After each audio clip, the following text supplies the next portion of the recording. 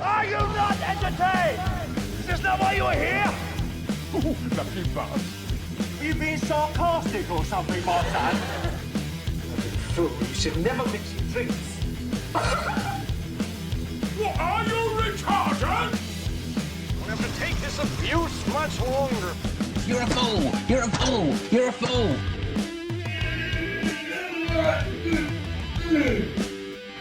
Oh, that's what we call diarrhea. You think this is a fucking joke? This ain't Kenny camera. There's no hidden cameras. Oh shit, I've said fuck. Oh fuck, I've said shit. Back in Oz, get a weapon collector, Ross. I could knock him out in the shed. Are you kidding me? That is crazy. I want a katana, a pistol, a shotgun, and a machine gun. Stop it, please. For God's sake, please stop it. There's no more time. Is this not why you are here?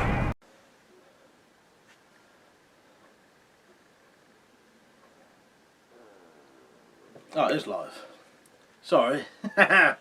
Taking ages to come on, I wasn't sure.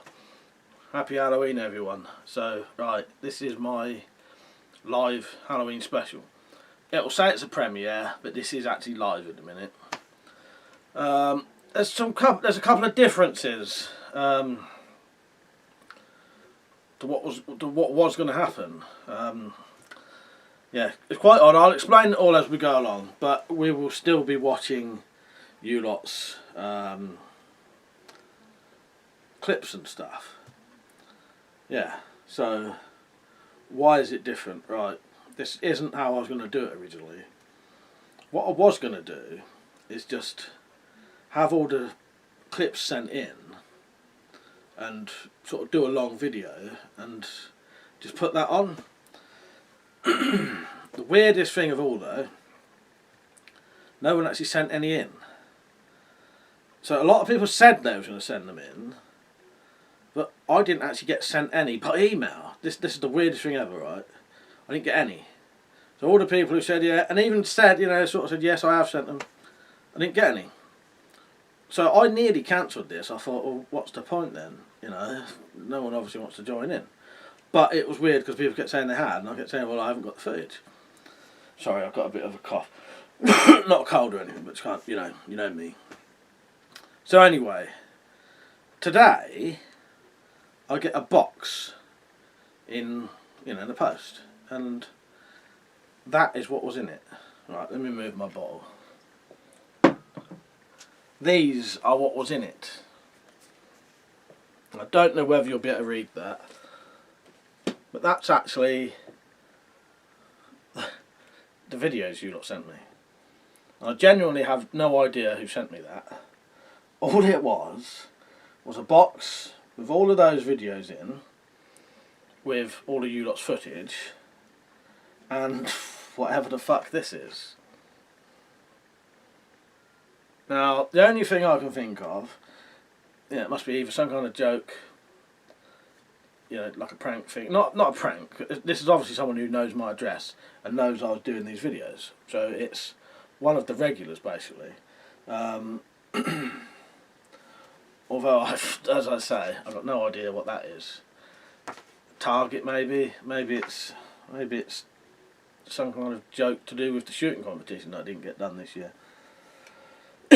Anyway, so yeah, that was very strange in its own right. So now I've only got videos to play. But what I've managed to do, this is where this comes in, I've managed to set up, well, I had to set this up so I could watch them myself, because I had to see what was on the tapes, obviously. Because, you know, I knew what like WS93 was and SAK94, but, you know, some of them don't really make a lot of sense. It's, you know, some of the lettering. So I've set this up.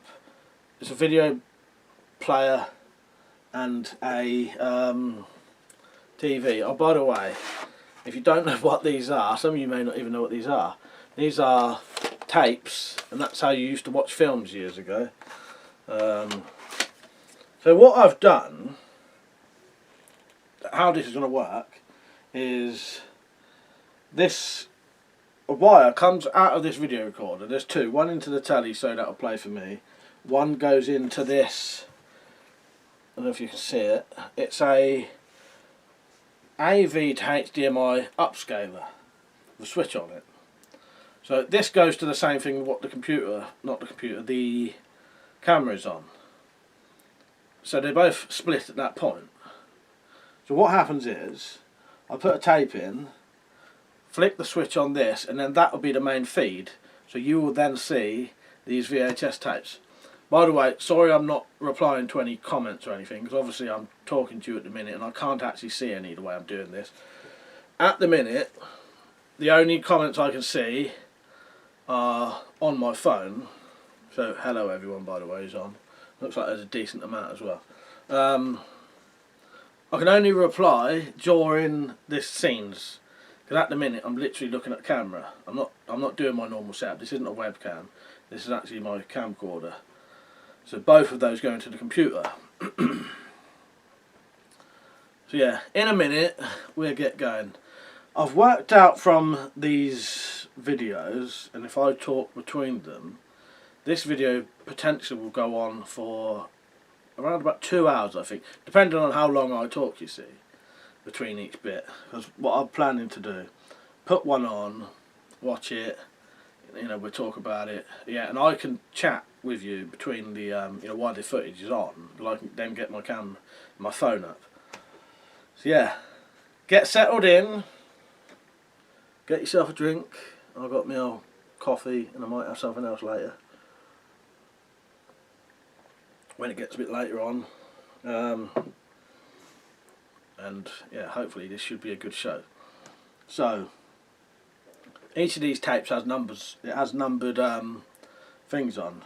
So it's actually got 1 PCF1, 2 R and R, whoever they are, and for each one, you know, it's in order basically. So yeah, I think we'll get down to it. So what I'll do, I'll put a tape in. I won't put it right in because it will start playing as soon as I push this right in. So what I'll do, I'll flick the switch, and then you will see that footage. Right, ready? Well, hello everyone. This is Pistol Crossbow Fan, and I thought I'll share with everyone a story, or not really a story, but the events that my brother and I witnessed some years ago, which to this day I can't quite work out what it was all about really. So I'll get started. Just to set the scene, it's 1985 or thereabouts. My brother and I both living at home. We lived at the time in Ventnor on the Isle of Wight. Ventnor is on the south coast of the island. And he had just bought himself, a few months previous to this, a little car. I think it was his first car. Anyway, it was a Mini, and black Mini if I remember correctly, and he'd spent quite a lot of time getting it running nicely and doing the inside out and putting a new dashboard in, etc. And he'd made a really nice job of it. So what you do when you buy your first car and it's all up and running, of course, is drive everywhere. Just for something to do. On this one evening, which was sort of mid to late summer, as I say, 1985 or thereabouts, we both went out for a ride in his new car. And we decided that we would go from Ventnor along what's called the Undercliff towards St Lawrence and Knighton, and then perhaps on to Blackgang and do like a little circuit back home again. We set off, I guess, probably about 6:30 in the evening. So that's what we did. Being the time of year and the time of day, obviously nice and light outside still. So we just set off and started on our route. We started driving through the Undercliff towards St Lawrence, For those of you that don't know that area, it's quite tight, windy roads. Lots of overhanging trees. And the type of road meant that basically you can't go very quickly. So I guess we were doing probably no more than 30 miles an hour. All these overhanging trees made it a little bit darker than everywhere else. However, he didn't have his lights on, and that's quite important. It was still plenty light enough to see what you were doing without putting the car headlights on. Anyway, we're driving along, and as far as I can remember, he put a new cassette player in his car, and I think we were listening to Dire Straits, the new album that had just come out, because he was into Dire Straits. So we're driving along, not really saying anything, just enjoying the ride, taking it all in, listening to this music.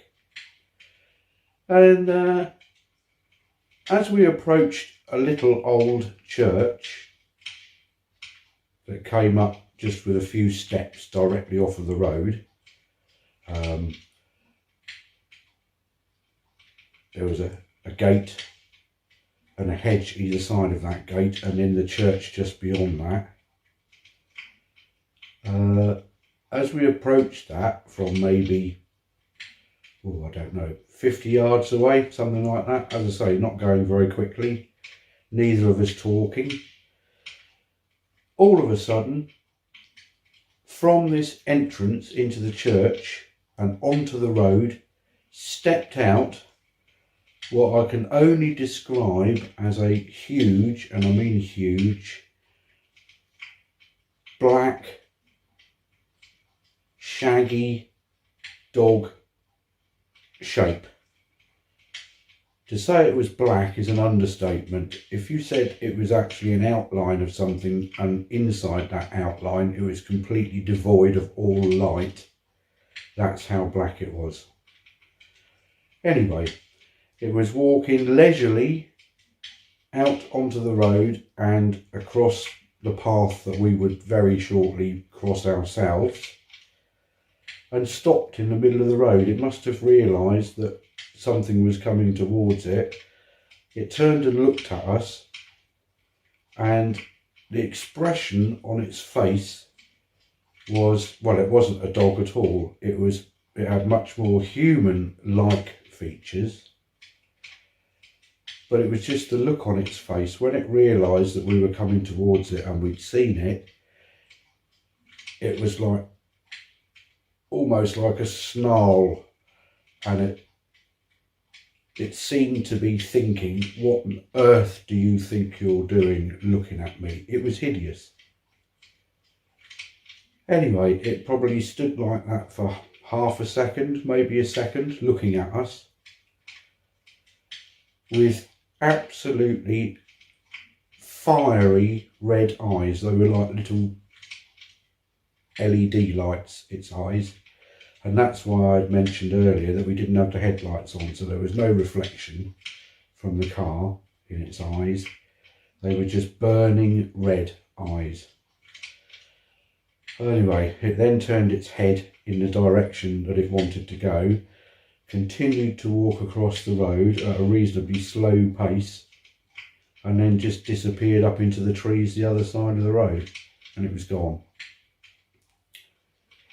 By which time we had passed the spot where it had been stood in the middle of the road. We went a little way past that, and one of us said to the other, and I can't remember to this day who it was, but one said to the other, "Did you just see what I saw?" And the other one said, "Yes." "What was it?" "I don't know." "Wasn't very nice, was it?" "No." "Should we go a bit quicker?" "Yes." So we did. We speeded up to the best of our ability, given the type of roads that we were on.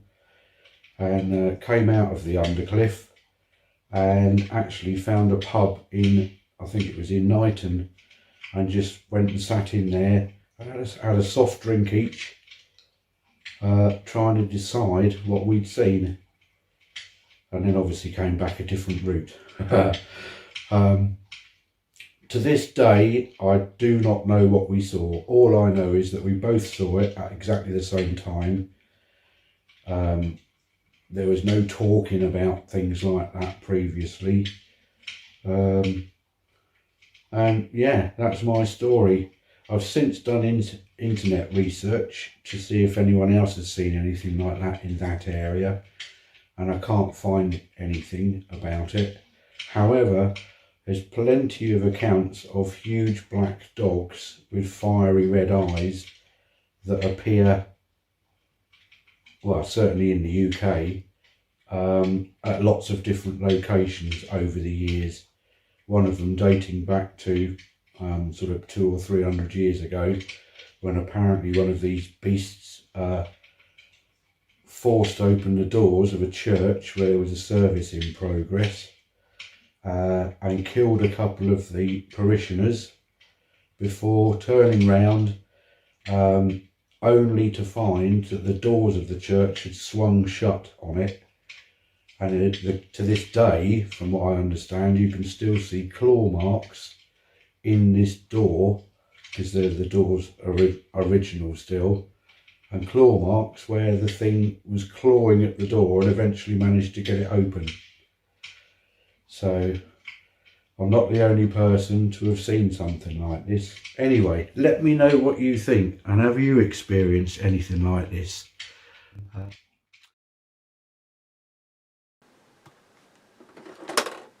Right, I'll take that out for a minute, because when I put it back in, it will carry on playing.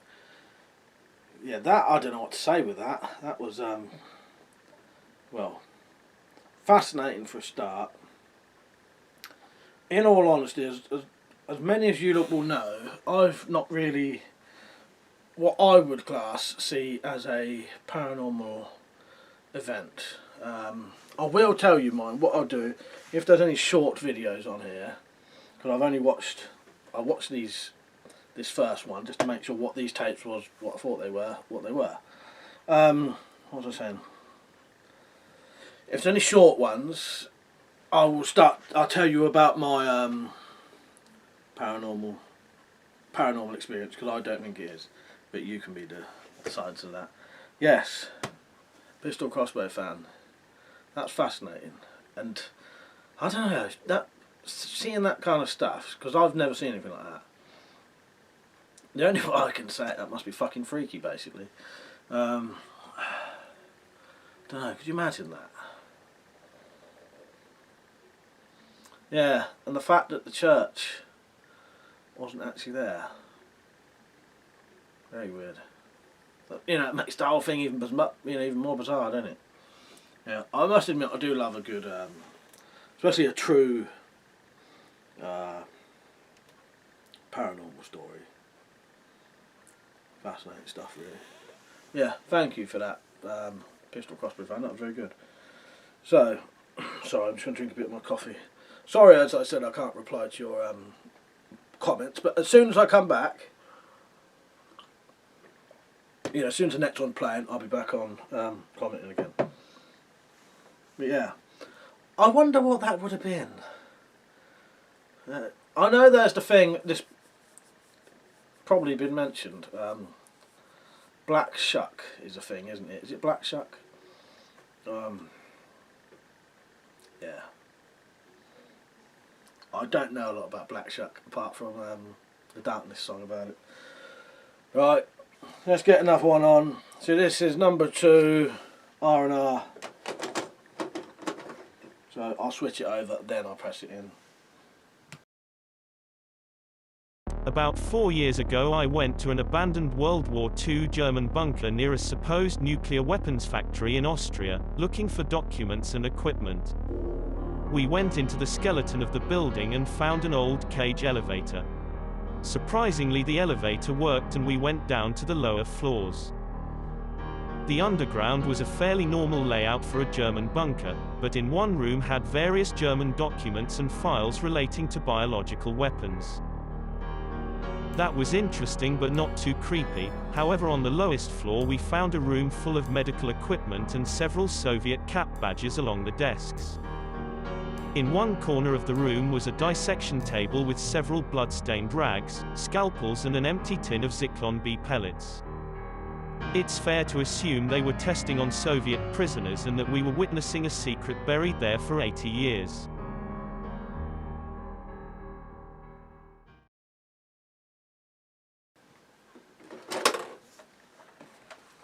Well, that was a short one, but an interesting one. Yeah. Where was that then, mate? You didn't actually say. Relics and respirators, wasn't it? Well, what country was that? I'm gonna have to look afterwards, but Germany, obviously. I'd assume. Isn't it? That was a bit of a stupid question, really, wasn't it? Not necessarily, but you know, what part of the country is it? But yeah, Zyklon B. Well, we all know what that is. We won't go too much into that on a live stream. Oh, by the way, I've not covered the guns up tonight, but I'm reckoning it's so dark in here, it shouldn't be an issue. That's another weird coincidence, actually. My light isn't actually supposed to be off. As soon as I started doing this video, the fucking light stopped working. So I've had to do it in the dark. Luckily, I've got some lights and that. So, well, yeah. Yeah. People have probably been saying cover up the guns, but yeah, doesn't matter.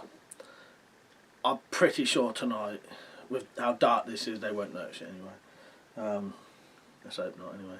So yes, as I say, I hope you're enjoying it. I'm starting to feel a little bit like the Crypt Keeper tonight. It's quite weird talking to the camera live without being able to read the comments as well, but oh well, not a lot I can do about it, is there? So number 3 either says ZI or Z1. Right.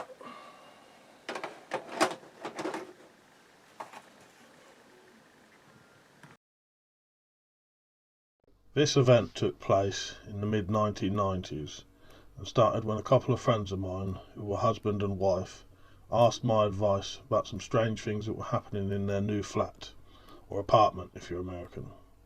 They knew that I'd had an interest in the paranormal and the just plain weird since I was about 14, which was a long time ago, and thought I might be able to help them. Apparently every night for the past week they'd woken up by the feeling that someone was standing at the foot of their bed staring at them, and not in a kind way, as they put it. Now I have to admit that at this point I just put it down to their imagination. Nonetheless, as they seemed genuinely worried, I told them of a few measures they could take, all of which were harmless enough. The next week they told me that the measure I'd suggested had worked to a degree. They no longer felt the presence at the foot of the bed. Instead it had moved to just outside the precautions I'd suggested, and now they could see a faint shape standing there, and they got the feeling it was angry. They then told me that all the pot plants they had in the flat had died overnight. Now this of course is no proof of anything supernatural, although it was strange. Anyway, they bought some more plants, but the same thing happened. The next morning the plants were dead, which shook them up to an extent that they decided to move out, and I asked myself and a couple of friends to help them get their stuff from the flat after work, as they had no intention of returning there, and were going to stay with the fella's parents until they could find another flat. They'd get the rest of their belongings at the weekend when they could do it in the daylight. So that evening we all met up at the local McDonald's, as one of the lads had been working late and wanted something to eat before we started. I must say here that the couple we were helping seemed in no great hurry to get started. Did look a trifle nervous and kept buying us coffees. I got the feeling they were not keen to go back to the flat, to be honest. But eventually we set off and arrived at the flat. All was going well until we nearly finished. The wife and one of the lads had gone down to the car they were loading up, and which was parked a little way away because we didn't want it too close to the flat, which was a bit daft really. and there was a little left that they wanted to take away that night. So it was just me and the husband, whom I shall call Alf, and the other fella, whom I shall call Bert. We were left upstairs to collect the few remaining items. That's when things started to get weird. It began with Alf saying, I'd better take this or she'll never forgive me, picking up a framed photo of his wife. As he did so, his face went white and he muttered, "Oh fuck." He turned, showed us the photo. The frame and the glass were both intact, but the actual photo wasn't. It had 4 wide and deep scratches running down it, as if something had clawed it with their fingernails. We all immediately agreed that we wouldn't mention this to his wife, for obvious reasons, and that the photo would suffer an unfortunate accident on its way to the car. In other words, we were going to accidentally drop it and tread on it to pretty much destroy the thing. He did ask me and Bert to do the treading, but we weren't that stupid and declined the honour. Anyway, we continued with the packing, which turned out to be a fair bit more than we'd been led to believe, incidentally. I never could work out why we needed quite that much stuff for 3 days, but there you go. And we're almost finished when Bert said, "You might have left the heating on till we finished. It's getting a bit chilly in here." Alf assured him that he hadn't turned off the heating, but that yes, it did seem a bit colder than before, and they were right. It did seem colder than before. Still, we carried on and had just got the last item in the box when the temperature suddenly dropped significantly. That was enough for me, and I said, "I think we should go now," and walked rather quickly to the door. Alf and Bert obviously agreed with me, as they were right on my heels. Anyway, we took the box to the car, with Alf remembering to have the accident, and resulted in a conversation with his wife as to why he was a clumsy idiot. A conversation which lasted until they reached his parents' house, apparently. Bert and me saw them off, and went to collect his car, which was parked in front of the flat, which is when things got really weird. As we reached the car, we both glanced at the flat's windows. Inside the flat, we could see lights. They looked like multicoloured flames of blue, yellow, red and green, and a sort of purple. We knew Alf had turned the lights off as he'd hurriedly left. Couldn't think what was causing them. No other windows, including the ones next to them, had any light shown at all. However, neither of us felt any pressing need to go and investigate. We just quickly got in the car and left. Over the next couple of weeks I spoke to people to find out if there are any stories connected to that particular area, and one interesting one came to light. It seemed there was a young unmarried girl who fell pregnant in the late 1800s. People disagree on the actual year, but it's always the late 1800s. And as was usual back then, she was ostracised, thrown out of the family home. The father denied responsibility, of course. As he came from a relatively influential local family, whose name I won't mention, the matter was not pressed. So, homeless and on her own, the poor girl went to a barn, which was just behind the flats, and hung herself. I was also told by someone who kept horses in the field in which the barn still stood, but no matter how bad the weather, no horses ever took shelter in the barn. The barn has since been demolished, by the way. Another interesting thing is that at the time they were digging up the crossroads, which are no more than 70 foot away from the flats. One other point of note is that Alf's wife was pregnant at the time, and the event started just about the time she became pregnant. So, was it the sad spirit of that poor girl trying to get some kind of spite out, and enabled to do so by the digging of the crossroads? There have been reports of strange occurrences, including poltergeists, near to such activities.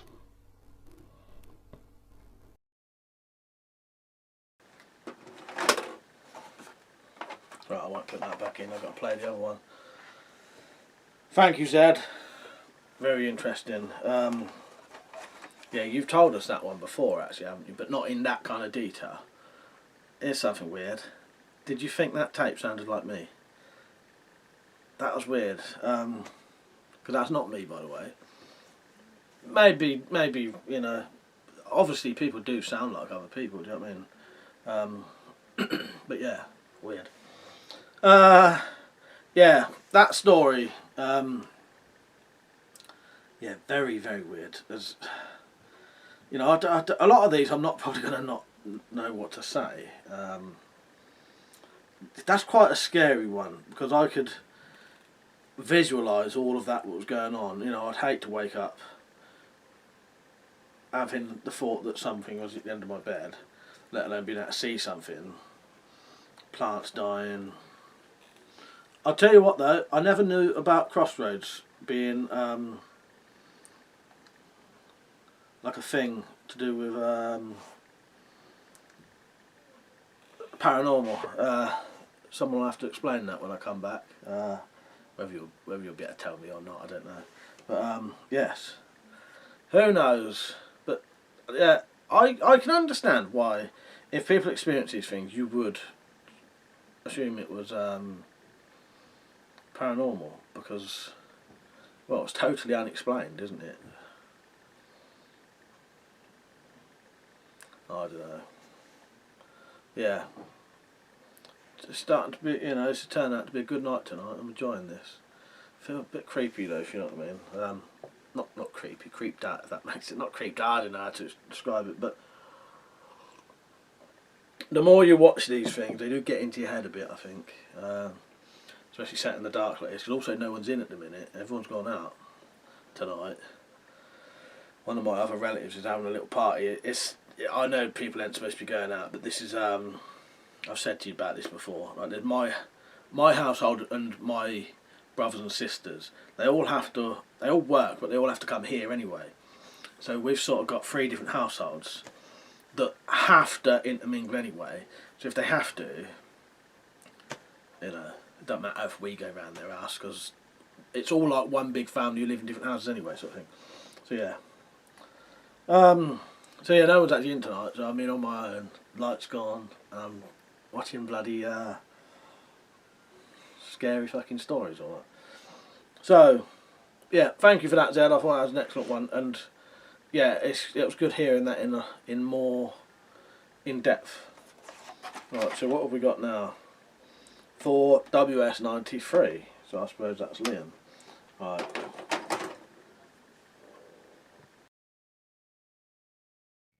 The strange old lady in Tesco's. I was about 5 years old and at a Tesco store with my mother. This store had chairs after the checkouts that you could sit at, while waiting for someone to do their shopping. After we got our items and while my mum was paying for them, I was sitting in the chair waiting. An old lady then walked from the shop and sat in the chair next to me, and started talking to me. She asked, "Is that your mother at the till?" and told me that bad things happen to naughty children. She made me promise I was not a naughty child and that I would not run off. I was a bit weirded out, but despite my mum looking over and checking on me to keep me safe from strangers, she did not seem to see this lady. The woman started talking more nonsense about children needing to be good, or bad things would happen. A moment later my mother came over and I told her about the lady. My mother was confused and said I wasn't sat next to anyone. I turned around and the woman had disappeared. To get past me she would have had to use the exit door to my left. Also there are no toilets in this store and she didn't walk back past the tills. I have no idea if she was a ghost or I had a really vivid hallucination, but it freaked me out a bit.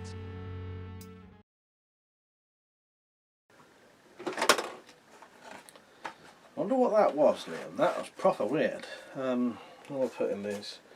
Yeah, seeing as you was, did you say 5? You have told me this one before.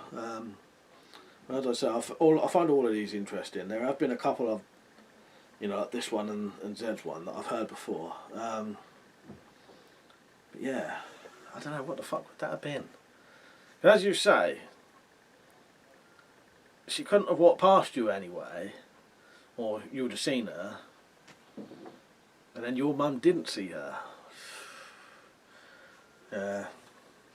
Before I did this, I asked Malk whether we had any supernatural stories, but I don't have any definite ones. I'll tell you my ones. There's a couple of things that I suppose other people might class as supernatural. Weirdly enough, they all revolve around the same room in my house. Is that some kind of connection? I suppose it definitely. I nearly said I suppose it definitely could be, but you know, well, it is a connection, isn't it? But it's sort of. I don't know, because I don't believe it. This is the issue. I'll tell you what I think of these things anyway. So there's one event that's happened that actually, as far as I remember, you know, I used to drink a lot. I sometimes have slight memory issues. I'm sure Malcolm, my twin brother, if you don't know, JJR Survival, has had the exact same experience as this, and I find it quite bizarre, but I don't know what it was. Anyway, both of us, at separate times in our lives, have been asleep in our front room, or not asleep, saying that, just about to fall asleep. So you know when you're sat there and you're just about to fall asleep, and not smoking, so I hadn't smoked anything. I was sat there, I was just about to fall asleep, and the smoke alarm went do-do-do-do-do-do-do-do. But just that was how long it was. It was just do-do-do-do. And I woke up, oh fucking hell, you know, thinking, why has that done that? That is bizarre, you know. Why the fuck would the smoke alarm just randomly just go just as you're about to go to sleep, fall asleep? But then who says you wasn't falling asleep for ages and didn't know? Anyway, a couple of minutes later, start to fall asleep again. Just as I was about to fall asleep, and again, oh god, and it scared the crap out of me because a smoke alarm's, you know, I think a smoke alarm's supposed to scare the crap out of you, isn't it? It's supposed to wake you up to get you out of the fucking house. So there was that, and also that same room. This is why I think it's not really anything. But that's unexplained. I can't explain why that happened. Maybe it's just a coincidence, and maybe it was a coincidence that happened to Malk as well. That room, whenever saying that, I started getting a little bit now, but I don't know if it's because it's leading up to Halloween and that. But sometimes when I walk past that room, only in the dark, you know, at night, I sometimes think I see things in there. But I'm pretty sure that's my imagination, because I have a very, very vivid imagination. And the issue is, quite often I'm thinking about that. I noticed, sorry, my curtain just moved then. You can better see that though, that was weird. Oh no, it's a draft, my window's open. Anyway, where was I? So sometimes it looks like there's... It doesn't look like there's anything in there, but you know at the corner of your eye you feel like there's something there. And I when we decorated that room, that stopped happening. Also, my dad died in that room recently, in April. Since then, I've not really seen or felt anything like that in there. Apart from recently, but I think that's just because it's playing on my mind and I'm sort of making it happen. Anyway, going a bit deep now, aren't I? One night, I can't remember when it was, maybe 10 years ago, maybe less. I always told myself this was just my imagination. And I still think it was my imagination, or some kind of, I don't know, just keep thinking about certain things and then you make it happen sort of thing. So I stood in my kitchen one night, just about to get some food, and looked over to where my living room door would have been. So my living room door's there, then there's a hallway in the kitchen. Looked over, and I saw a full-size, human-size shadow run out of that room and run at me, and as it ran at me, it disintegrated, you know, disappeared. And I sort of went, oh, fucking hell. Yeah, it scared the crap out of me. But I still think there wasn't anything there. I think it was just a shadow or something, or my mind played tricks on me because it was late at night. Yeah, that was quite scary. Now, some people say that was probably paranormal. I don't think it was. You let me know. I know you'd like definitely say it is. I'll just grab a bit of coffee quickly. As I said earlier, sorry I can't read the comments. It's a bit too much sort of talking to camera, because I also, try to talk to camera and tell you things properly, discuss things, make it slightly different anyway. But I can chat while the videos are playing. So yeah, that's the closest as far as I can remember to ever having any supernatural, paranormal events happen. First one I think is just a coincidence, and second one I just think was my imagination playing tricks on me. Because I have a very, very fucking vivid imagination, and I'm also highly fucking, I've got that heightened awareness shit where you can walk in, I can walk into a room and if something's been moved I can tell straight away, whatever it is. It's like a slightly paranoid thing. Yeah, and I think I just saw a bit of a shadow and I imagined it more than what it was. Who knows? Who am I trying to convince here? You or me? What are we on to now? 5. SSW. Right, ready?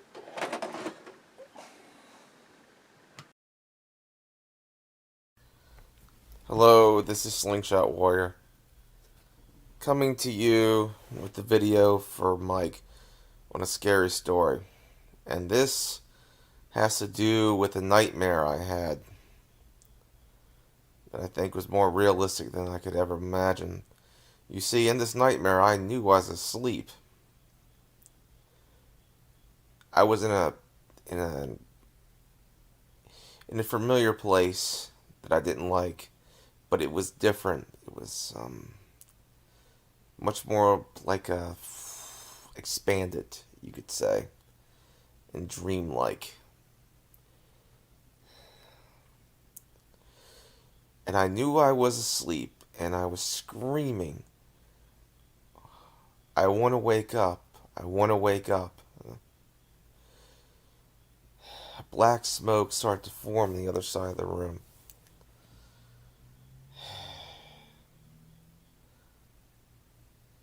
And a demonic demon came out of it. Well, formed out of it, you could say.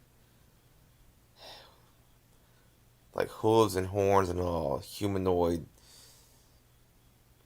Walking with hooves and had horns. And I realized there's no running. There's no anything. Suddenly a machete formed in my hand.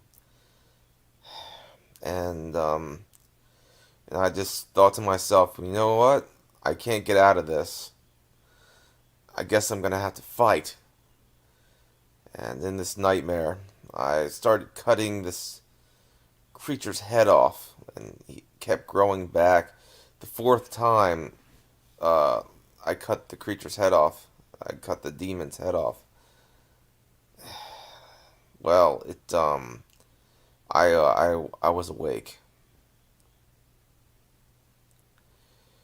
That was a very vivid nightmare. And I think it was more real than anything because I was aware that I was asleep. And I was screaming to wake up before that demon appeared.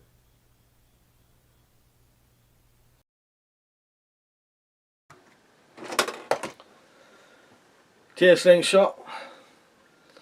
Yeah, that was a bit of a weird one. More of a dream than an actual paranormal experience, but yeah, scary nonetheless, I suppose. We won't get too deeply into dreams because that can be a massive sort of tangent all on its own, can't it? We could do a video on that one day if people wanted to. So yeah, I hope you're having a good Halloween. I'll definitely get more into the comments when the longer videos are playing. Let's get straight on to the next one, shall we? So, hit this tape again. Yeah, so SAK94, that must be Stu.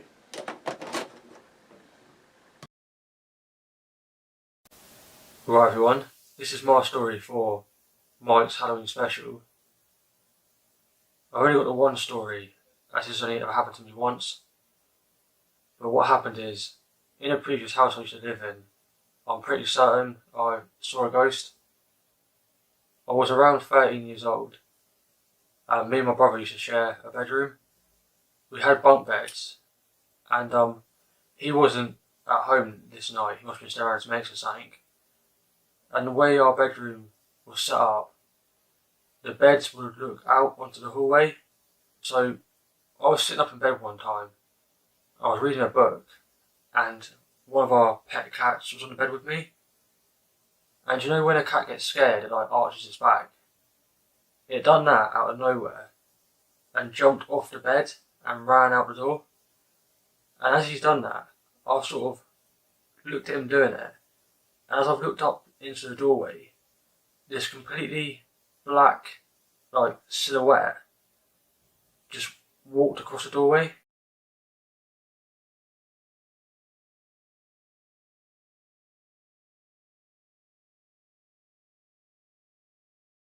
Looking back on it now, it wasn't like scary looking, or it wasn't like threatening or anything. It literally just walked across the doorway. So as I got older, I got a bit more interested in about ghosts and that. So I looked into like the local area where I used to live, and there's a place called Northwood House, which is in Northwood Park, and the grounds used to be a lot bigger than what they are now.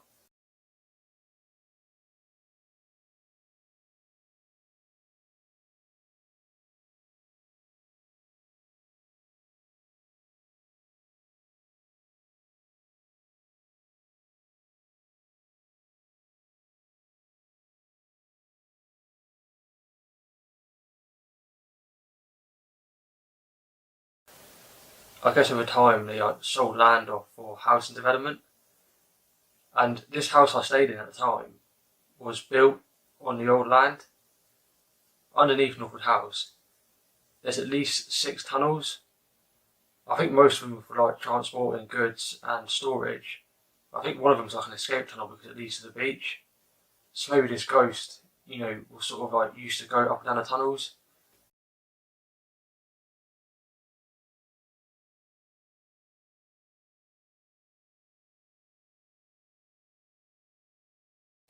So that's my story.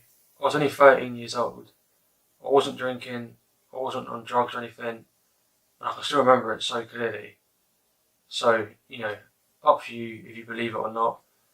My brother don't believe me, but other people in my family think they've seen a ghost as well, so they sort of believe me. But yeah, pretty scary at the time. So I hope you enjoyed that. Cheers.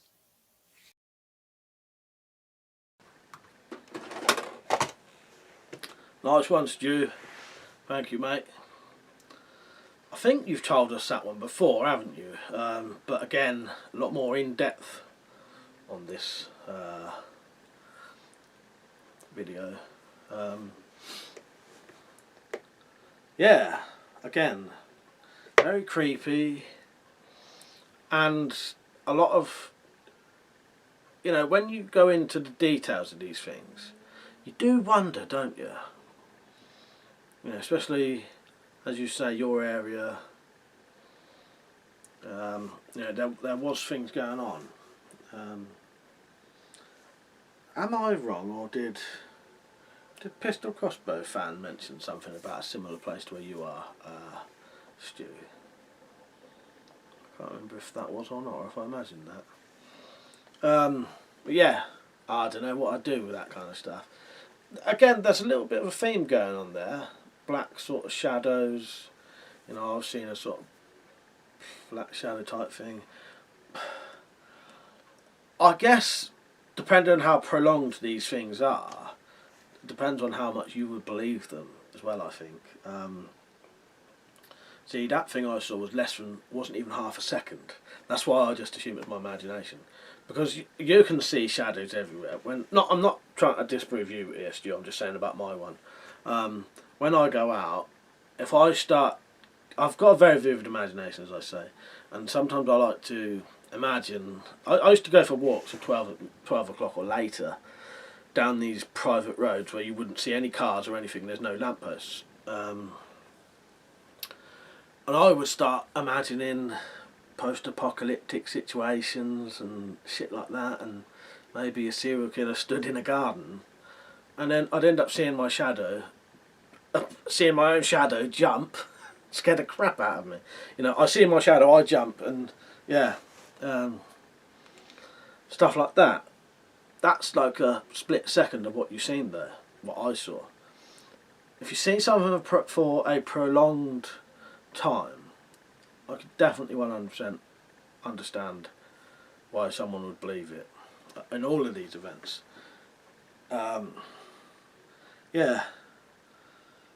I don't know what to say really, but yeah, fascinating, very fascinating. And I do like that you had a bit of the sort of history as well in there, Stu. That's good, that was. So that was 5 and 6. Just going to drink a bit more of my coffee. Don't forget to get your merchandise mugs in or t-shirt. I hope you're all enjoying yourselves as well, having a good old chat. As I said, I will check out the chat when I can. But yeah, and the way this is being done, I actually can't see the comments. Or if I did, I'd be like this for the whole time, which would be a bit boring for you lot, I think. So I may as well just keep talking to the camera. Keep everyone occupied. Let's go for another one, shall we? So this is Jim M.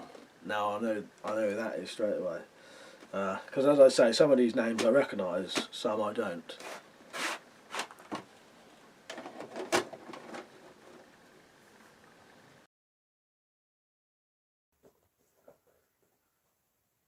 Good evening all. Happy Halloween. I hope you're enjoying Mike's Halloween special that he's doing. I've been looking forward to it. I'm sure it's a cracker.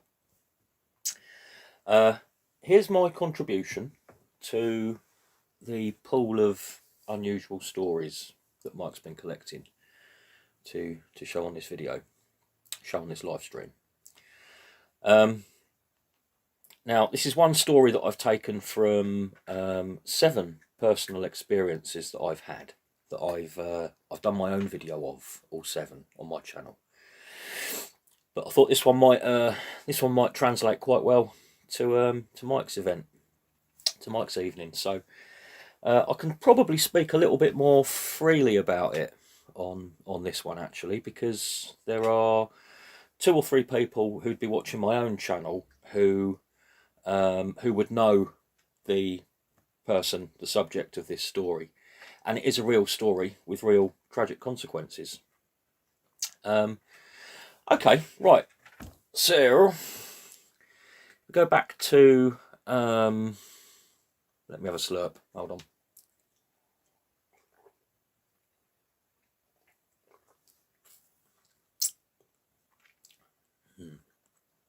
Right.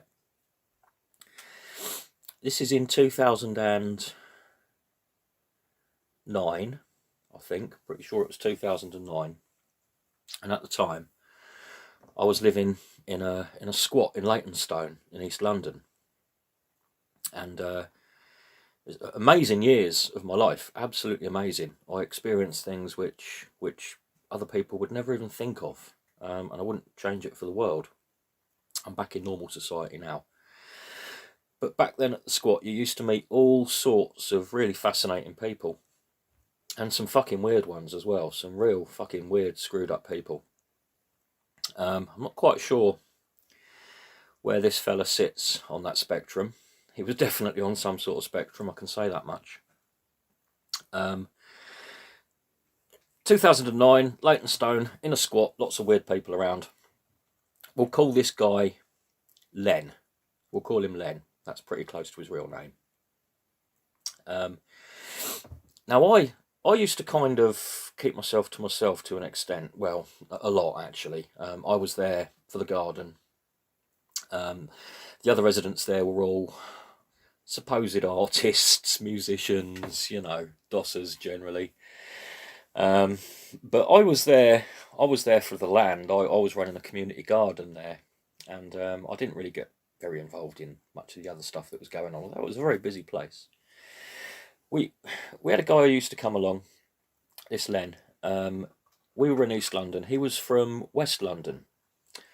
I'm just trying to think of the name of where he was from. Harrow and Wealdstone, I think it was. Harrow and Wealdstone, over West Way. So a fair journey away from us. He used to spend a lot of time there. Now, he was really, really heavily autistic. And he had 2 kids who were also very seriously affected by this. He didn't really see his kids. And the guy worked as a mental health nurse. He was very, very socially awkward. I don't think he really knew what to do with himself most of the time. And for some reason, he felt very at home over at our squat, because we had a big open area which was used for events, all sorts of events, from life drawing classes to raves, you know. He'd just come over with his laptop, sit quietly in the corner, and do his work, rather than do it at home in his flat. And he had a really nice flat. He had a really nice flat over the other end of London, but for some reason he just used to come along to our place and he'd sit quietly in the corner, working away on his laptop. Occasionally chatting to people here and there, but not too much, not too much. And I got to know him reasonably well, because when there were events going on, which I wasn't really into, but I would help out at, you know, I'd be running the bar at some sort of event or something like that. And because he was also hanging around on the sidelines, the 2 of us would actually chat a bit, and I came to quite like him. He was somebody who, if there was a big noisy do going on, he's somebody I'd look for, you know. A little bit of sanity amongst all the noise and the chaos. Sorry about that, a bit wobbly. Now, he was over probably 2 or 3 times a week, spent a lot of time there. Very well known. Anybody had let him in, you know, everybody knew him. And then one evening, this place that we were living at, it was just round the corner from the station, Leytonstone Tube Station. And Leytonstone Tube Station's got a subway which goes through to local parade of shops. And one evening, it must have been roughly rush hour, because I remember it being very busy. It was crowded. There was a lot of people around. This one evening, I went out the front of the squat, walked around towards the station to go to the shops. And as I was walking towards the station, I saw Len coming the other way. And I sort of, I was looking at the floor, but as I saw him approaching, I looked up and I tried to catch his attention, you know, just looked at him thinking he'd look at me and see me, but he didn't. And he looked really grey. He didn't look right. He just looked really, really grey, lank. You know, it looked like he'd just sort of crawled out of a hedge sort of thing. His hair was all wet and hanging in his face. And he didn't look right at all. So he didn't acknowledge me as he walked past. I don't think he really even properly looked up, you know. And I thought absolutely nothing of it. I thought, oh, right, okay, when I get back, he'll be there. I'll say hello on my way back in. So I went round the shop and got me, well, I think it was probably Kestrel Super at the time. Got some Kestrel Super and some cat food. Was it Kestrel? Tennant's? No, I think it was probably Kestrel. Got me Kestrel Super and my cat food. Walked back round to the house. And before I went into the part of the site that I lived on, I went in through the main social area where we have the bar and the events and everything else. And he wasn't in there, which surprised me. So I walked upstairs and through the little residential bit out the back of the building, didn't pass him anywhere. Got back into the building that I lived in. And I said, has anybody seen Len? I just saw him on the way here. And everyone said, no, I haven't seen him. No. So I thought, oh, strange. God knows where he was going. You know, 'cause there was nothing else in Leytonstone that he would have been going to. If he was walking from the station towards our place, he was coming to our place. But nobody had seen him. And I forgot all about it. Didn't make anything of it at all. Just a bit odd, that's all. And then it was probably about 3 or 4 days later. I got up to make me coffee one morning, and we had limited electricity supplies there. The building I was in, we had enough electricity to do lights and laptops, fridge. That's about it, really.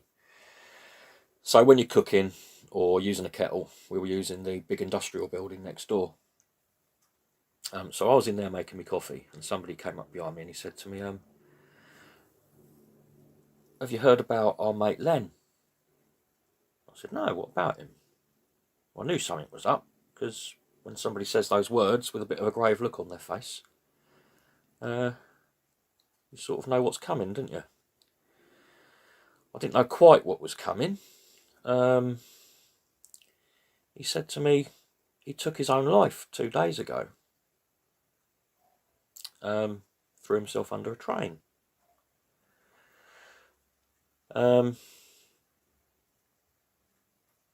Obviously, we were all shell-shocked. The you know, the 25, 30 people who lived on this site, we all knew him, we all liked him. We were absolutely flabbergasted. Really not what we expected at all. He was a bit of a character. He was a bit of an odd character, and he was, I suppose, what you could call maybe a slightly depressed sort of character. But I don't think anybody expected that sort of thing. But anyway, that was that. That's what he did. He threw himself under a tube train. It all sunk in over the next couple of days. Sort of come to terms with it, but you know, started to piece it together in my head. And it started to occur to me, hang on, have I got my days right here? Because I'm pretty sure when I saw, looking all grey and ashen, walking from the station over to the squat that evening, I wasn't 100% sure that that wasn't after he did what he did. You know, I have to admit there is a bit of doubt there, especially with the fact that my daily tipple was of the super variety at the time.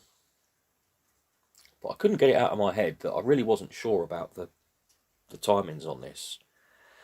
And it was entirely possible that I'd seen him walk into the gallery, his little place of refuge, sanctuary, whatever it was to him. It was something important to him, you know. Potentially after he'd actually died.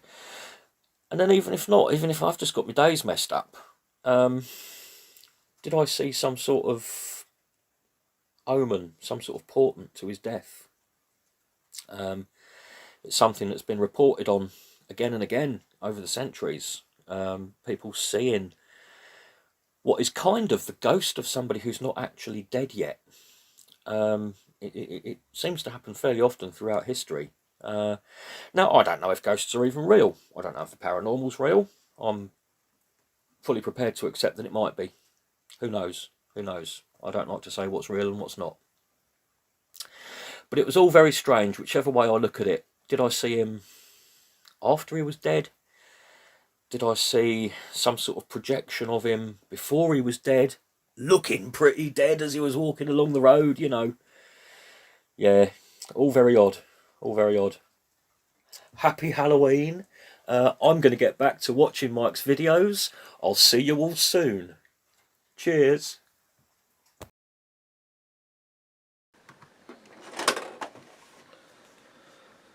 Nice one, Jim. That was good, that was.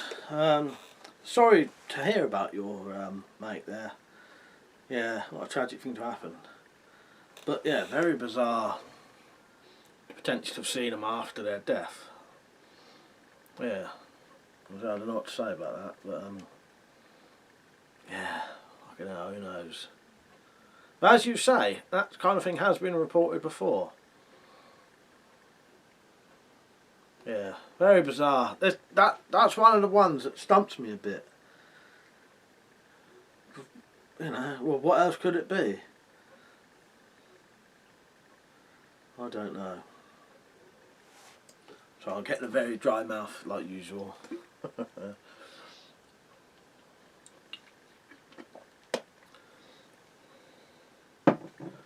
Yeah. That was very interesting though, Jim.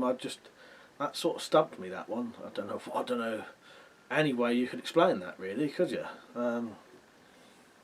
Apart from if the times was wrong, but as you say, if you reckon they weren't, you know, you definitely was after or whatever. Yeah. Yeah, I like that. I like that. That was yeah, because you also couldn't tell where that one was going, if that makes sense. Not that you can tell where any of the others going, but you know what I mean. Right. CW. Let's see who this is.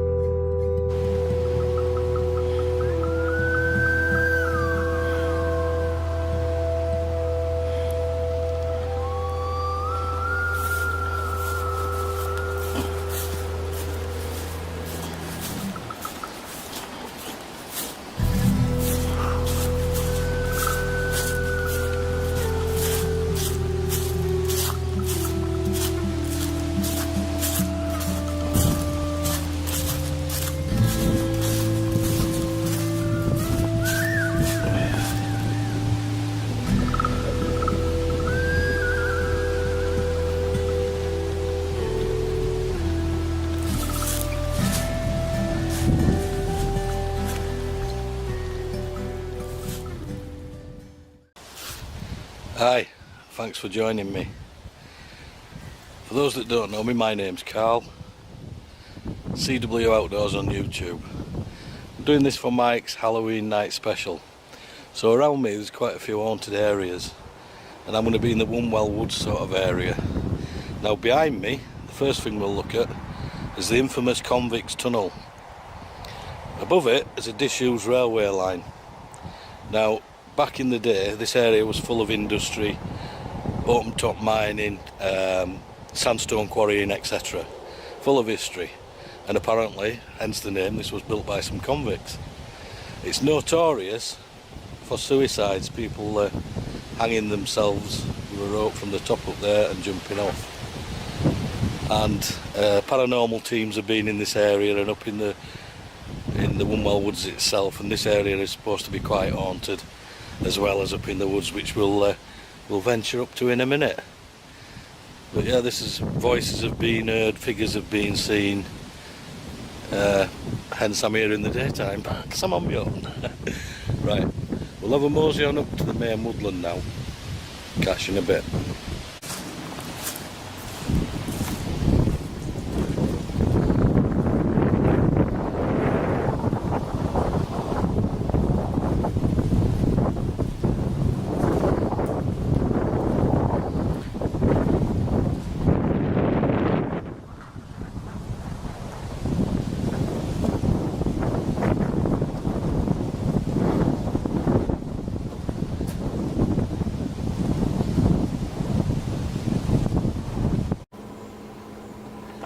Now, the roads that weave around the woods and outside the woods can get quite overgrown, and the trees can actually form like tunnels over the road.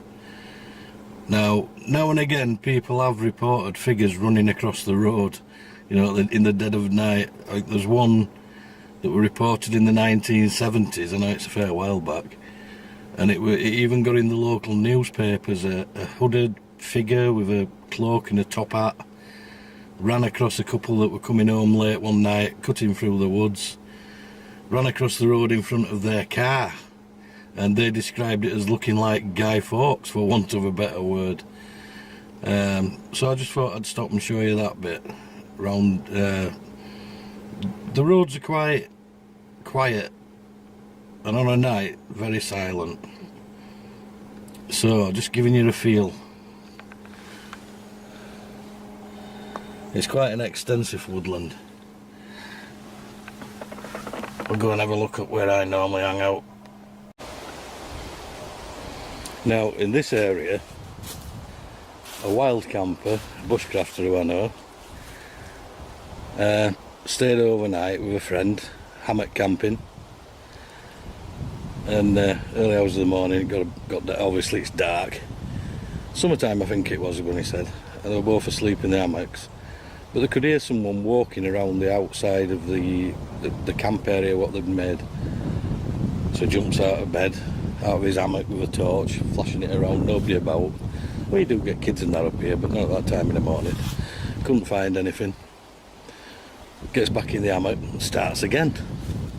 Footprints or footsteps, you could hear crunching through the leaves and the undergrowth around the camp.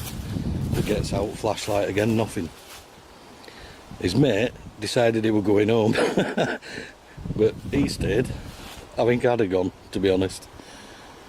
And he said later on, he could hear what he thought was children, nursery school age sort of voiced children, singing what he could only describe as a nursery rhyme. Now that would have freaked me out. He said he didn't know what the nursery rhyme was, but if you're near the kids' playground and you can hear it in the distance, kids singing it, he said it sounded like that. And we're on about early hours of the morning, so you ain't gonna have no kids singing bloody nursery rhymes at 3 o'clock in the morning in the middle of a woodland, are you? And at that point, I think I would have gone. But he didn't. He stayed all night with a machete across his chest. I think I'd have just gone and come back later. But there you go. So that's another little story in here. This looks like a bit of an old quarrying part. There's loads of what look like craters that's being used for quarrying. And I believe in this part as well, there's rumour had it that before the First World War, some of the soldiers trained here before World War One. Unfortunately, most of them, or probably all of them, never returned. So are there young spirits here, looking back on better times? Because it was all a big adventure, wasn't it, until they got there. Right, we shall move on.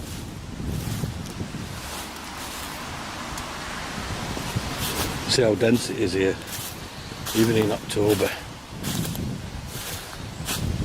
Right, let's crack on.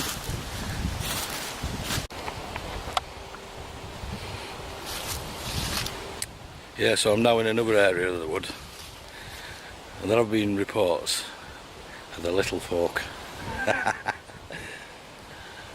Actually, I had a pebble thrown at me one time. I think I've got it on video actually, because I'd found a tarp in the middle of the wood, and I'm panning down with my camera looking down at it, and a pebble came in from my right hand side under the tarp and bounced back out underneath. Now it weren't windy and the tarp was about 4 foot wide, and this thing come with some velocity, so I don't know how to explain it, but there you go. What was it, that story about the unwashed children? Adam and Eve had all these children and God wanted to come and have a look at them, so Eve starts washing them all up, making them presentable for God's visit. She runs out of time, and God comes to visit, and he looks at the children and he gets a bit annoyed. He goes, "Is this all your children, Eve?" And she went, yeah, of course it is. And he went, "Right, all your hidden children shall remain hidden from man forever." And they reckon that's where you get your fairies and your pixies and all that from, Eve's hidden children. So just another one, there we go. We'll move on to the location now. And, well, in fact, there's another location before I get to the place where I had my incident. But do I give a shit if anybody believes me? No, I'm too old to worry, I don't care, I know what I've seen. You just got to have an open mind these days, haven't you? If you ain't got an open mind, it's like a parachute, innit? If it don't open, it don't work. So have an open mind, guys. If you don't believe, you don't believe. But at the end of the day, it's your own opinions, innit, that count. What you think, what you experience, what you know. 12 years in the army. 15, 16 years on building sites. You know, I'm not one of these that'll go making things up just for the fun of it. But anyway, we'll get on to that in a bit. Right, come on then, let's go. Now this part of the wood, there is something here, definitely. Because my old camp, bushcraft camp, was about half a mile that way, and I always had to walk through here to reach it.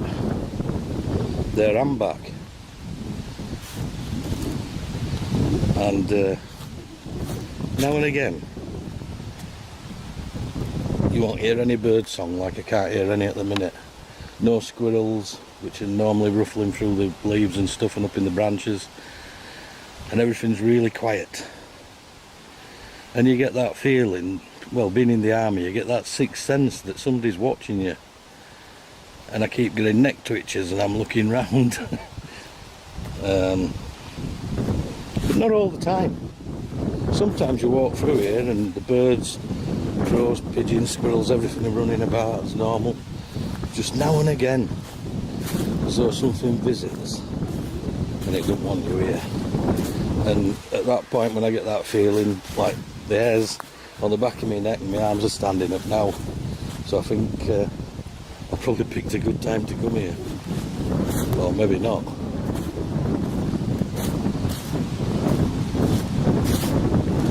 But I have caught something on camera. I thought I was being followed at one point. I turned round and I just started taking snaps in a sort of 180-degree angle behind me. And I did pick up on some shadowy sort of figures. When I got home, I just blew it up on the computer and I thought, holy shit, what's that? But it could be a fault with the camera, it could be dust, I don't know. But one of them's a clearly defined shape that just beggars belief and description.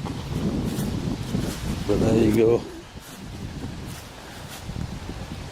Things happen like that, don't they? Or do they? I'm getting a bit ooh now. It's only 2 o'clock in the afternoon and it's quite dark in here already. But this goes on for quite a ways.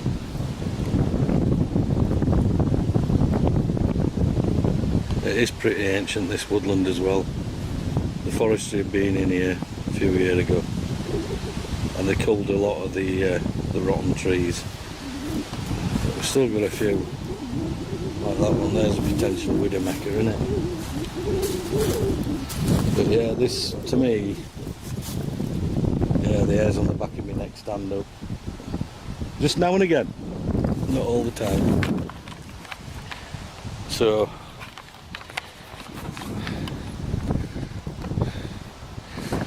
if you see anything behind me, you'll have to put it in the comments on Mike's channel. But yeah, it's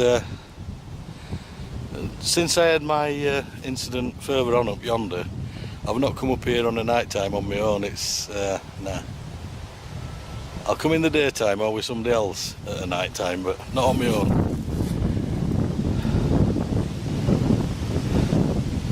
Because I don't want to see that bloody thing again. Must have took me a year to get it out of my head, trying to work out what the bleeding hell it was. But we'll talk more about that when we get up there.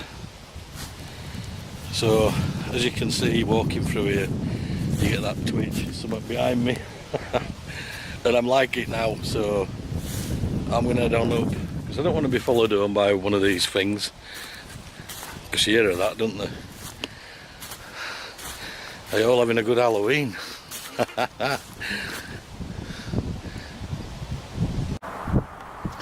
Right, my incident. It must have been 4 years ago in the summer. I was parked in this very car park above Wunwell Woods.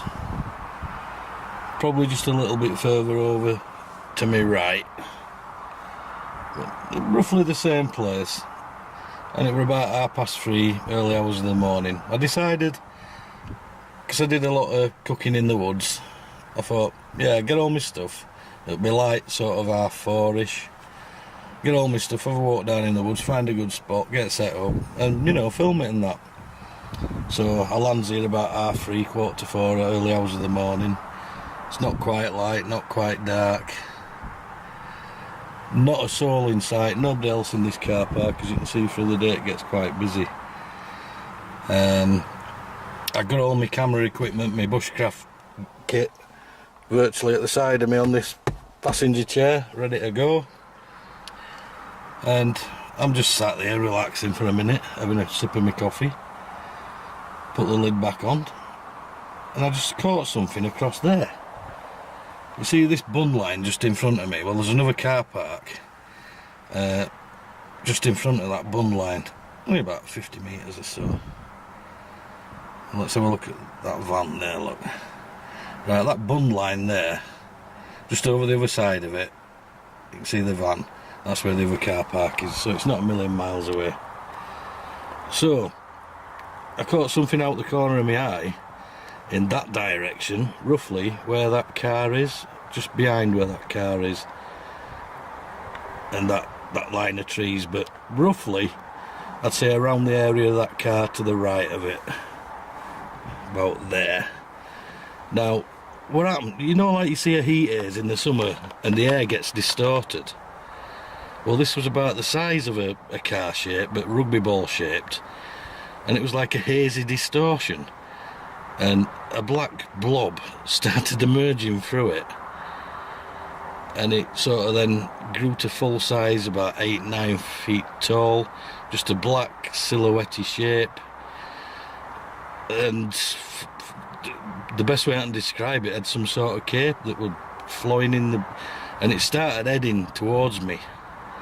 Now my van were pointing in that direction, luckily, and this blob of black shape, 9 foot, 10 foot tall, whatever it bloody was, I ain't got a clue, started coming straight towards me. So I've got a camera at the side of me, didn't even think of that. I weren't scared, I just thought, what the chuffing hell's that? So I whacked the headlights on and the full main beam and lit this bloody thing up.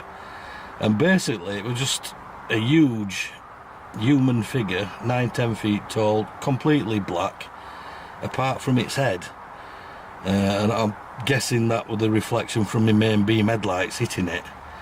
And as my main beam hit this thing, it turned to my left, which is that way. Turned sharply to my left, didn't even look at me, weren't interested in me in that point, but it was heading towards me. Unless I'd have whacked them beams on it, it'd have been right up to my van. I even forgot to lock my bloody doors. So yeah, I mean, I weren't scared. I was just like, my mind was just trying to process, what the chuffing hell's that? What the bleeding hell is it? I'm thinking, 1,000 things are running through my mind. Is it a huge owl? What, the size of a pterodactyl?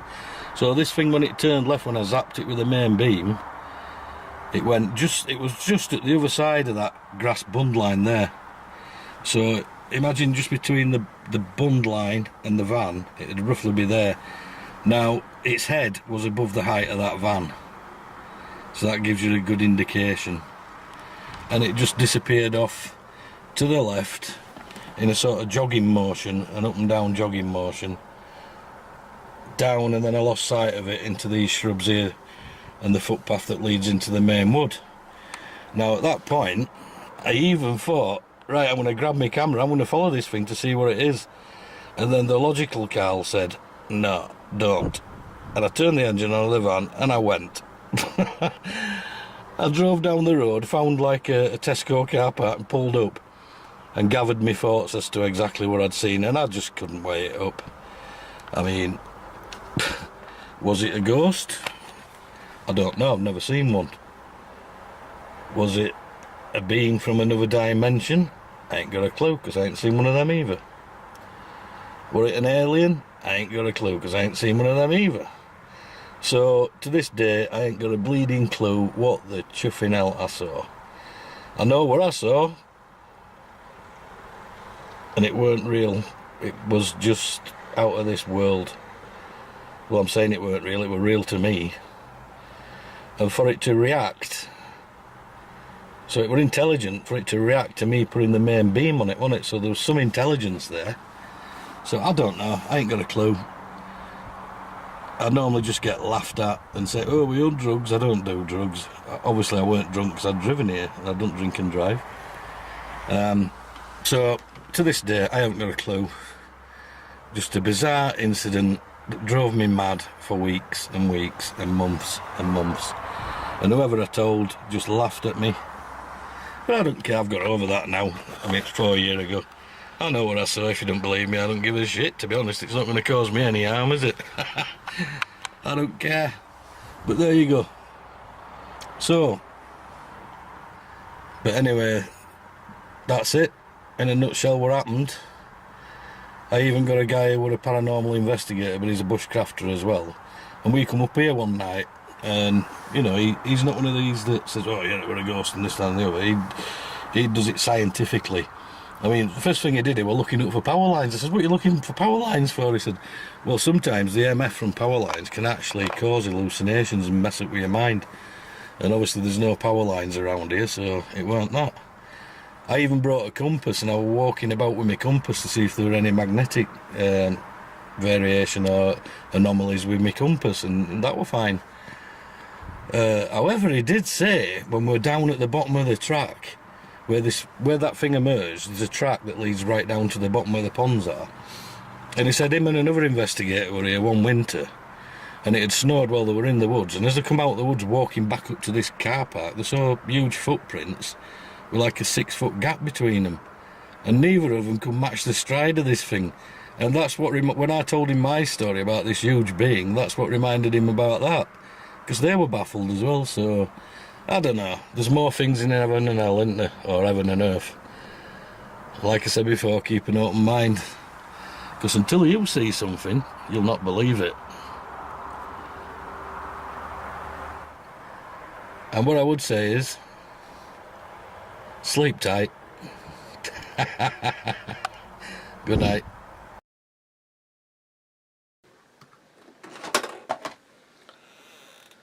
Nice one, Carl. Yeah, bloody hell. There's a couple of things we've talked about on this one. Yeah, fucking hell, what could that have been? I don't know. Again, there's a theme there. Black sort of figures. Yeah.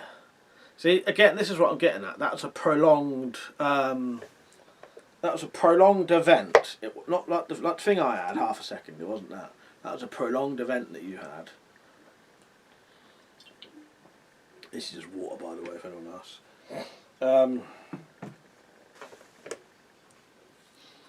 Yeah. What the fuck, would that have been? I don't know. As I've always said, though, I'm not a massive... It's not that I'm not a believer. I've never had any experience in it. But I believe that when someone says they've seen that stuff, they truly, have seen that stuff. Yeah. I don't know. Now, I'll tell you what as well, though, Carl. We'll go back to that. But them woods as well. They just seemed eerie, even in that footage you showed then. There's something about that weird still, like certain parts of woods like that, like they're just still for no apparent reason. And as you say, no bird call. But even that, what I was trying to get at, even that bit of footage you showed, I don't know, it just didn't seem like a very nice place, really. Strange that places can be like that. Is it because they're, haunted or whatever? That bridge was quite a fascinating place as well. That was interesting seeing them old iron beams or whatever. Iron bars, not bars, but you know what I mean. Inside that, I've never seen that before. Yeah, what a place to be wanting to, kill yourself. Tragic, really. But yeah. Again, as I said, there's a sort of theme there for the, it's a bit of a theme for the black figures. That was the end of that one, wasn't it? So, looks like we're about halfway through there. Yeah, because that was number 8 and it looks like there's 16 altogether. But I hope you're enjoying yourselves, because I'm enjoying myself. Anyone worked out what the hell that is yet, by the way? And that's not ink on there, by the way. It looks like, well, I'm assuming it's supposed to be fake blood. Sounds a bit weird as well. I don't know. Well, I'm just assuming that's some kind of joke from one of you lot. One of the people who's got my address, but well. So yeah, what have we had so far? We've had, let me look at these tapes and we go over them. So we've had black figure, black almost monster on the road, and a church that didn't exist. Zyklon B stuff, which wasn't really paranormal, but not a very nice thing to experience. What else? Jim's sort of, not a premonition, sort of, no, yeah, no, it's sort of the opposite of a premonition, isn't it? Zad's potential ghost in the house and the lights. Stu's black apparition, and Liam's old lady that wasn't there, and then Carl's stuff. Yeah, very fascinating. Thank you for sending these in, by the way, or well, wherever you sent them to, because as I say, I didn't get them, but I've got them now. So yeah, should we go for another one? TP.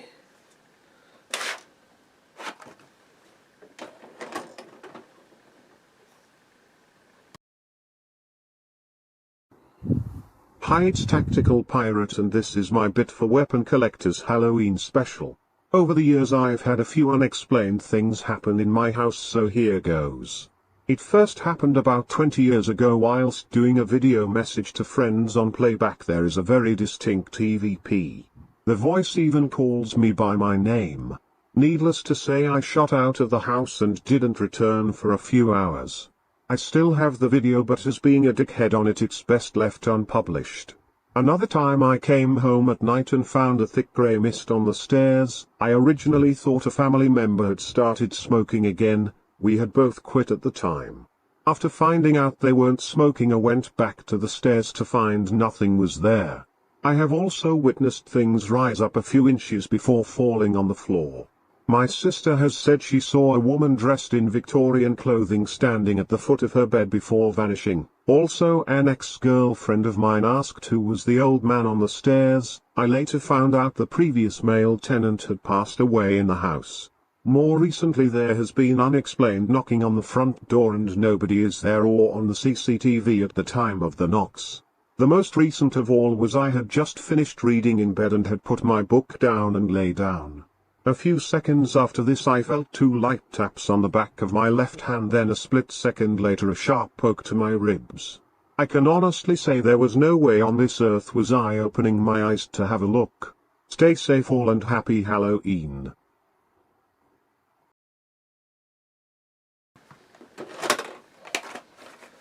Oh, God's sake, Tactical. You told me that last bit. Tactical actually told me that last bit the night it happened, or like the night after it happened. I remember on one of my Twitch streams. God, I don't know if I could live in a house like that. Could you? Well, he obviously does. Sorry, I'm laughing more out of, not because it's funny, but because it's sort of shocking, isn't it? Obviously, quite a few people didn't want to use their own voices, so there's some text-to-speech things. But yeah, doesn't matter. People like to keep their identities hidden, don't they? Yeah, there's a lot you could say about that, really. So, do you know anything more about the house then, Tactical? Because curtain's moving again, but the window is open. Yeah, I remember you telling me about the poked bit, being poked at night one night when I was doing my one of my Twitch live streams, and yeah, I remember at the time thinking, oh, fucking hell, I'm going to sleep in the tent then. That's the problem though, because you say, oh, I'll just move out. You can't just move out though, can you? Yeah, bloody hell. Is it scary? Because I know some people say they have. See, I always imagine if I had some kind of supernatural, paranormal, definite event happen, I think I'd be scared. But a lot of people say they're not.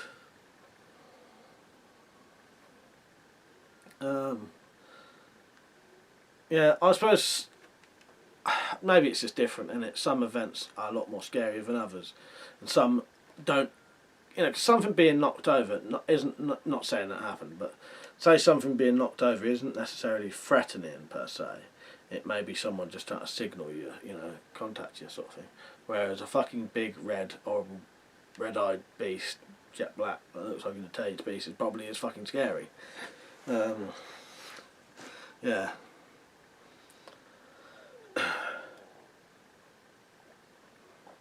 Might have to do this again next year. I'm quite enjoying this. I might try and figure out a different way to do it, but well, then again, this wasn't my choice anyway with these tapes. I ain't got a lot of choice really. So, yes, this one, the next one then.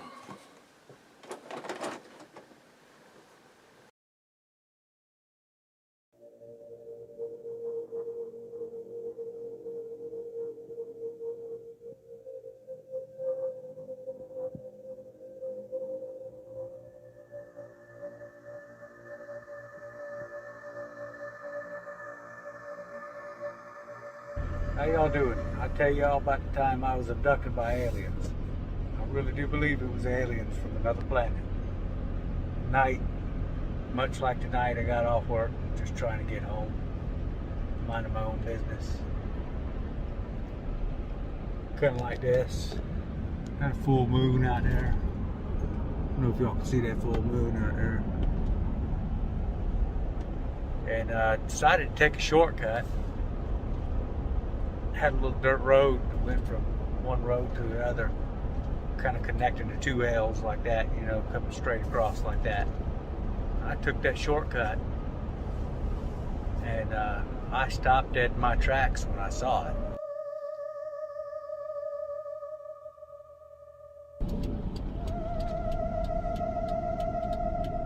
The thing I saw had a blue light on it.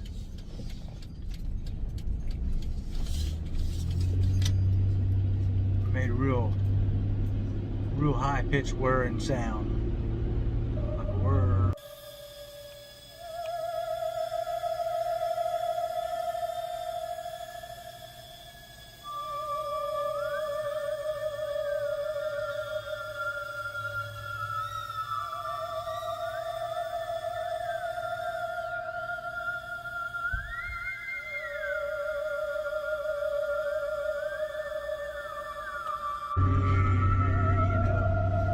It hovered properly. Well, I'll show you where it hovered. I'll take you to the spot. We'll go take a look at it right now. There was somewhere down here. Yeah, right up there above them trees. I saw a light. I think it was a spaceship or something. It had to have been.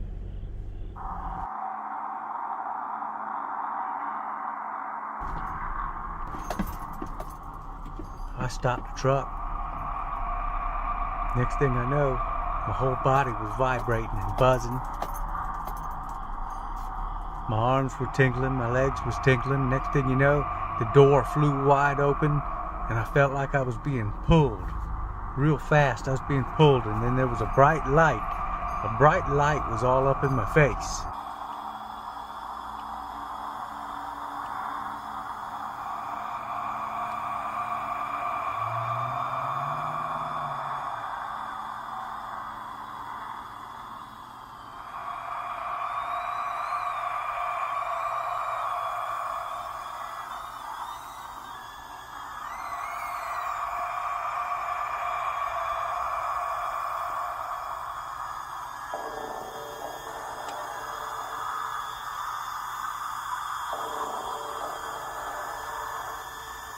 Alright, man, I got you, man. I got you. Alright, hands on the wheel. Yeah, I only had 2 drinks, man. You're fucking with me, man. I only had 2 drinks. I'm not fucked up. Be cool, man.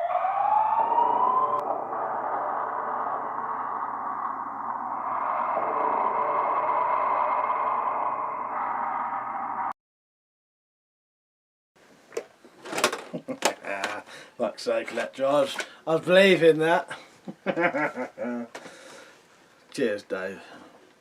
You can always rely on Dave to have a good laugh with you. I like that. But yes, I was believing it at first. I know you're not actually on, Dave, so you'll have to watch this. He's at a party himself tonight. I had wondered if that was something to do with you, because that's the kind of thing he would, you know, get everyone together and do some kind of joke like that. Yeah, I ain't got a fucking clue. But yes, I know. Oh, you never know. I might have missed him in the chat, but yeah, he's supposed to be at the party tonight. So, should we go to the next one? That was good, by the way, Dave, as I say. I don't think you're on anyway. Well, actually, before we go, alien experiences. Has anyone ever had an alien experience? I'll tell you the closest I've ever been to an alien experience, or the I did once thought I saw a UFO, to the degree that I was actually shitting myself. But it wasn't far off this, you know, this kind of Dave's kind of story.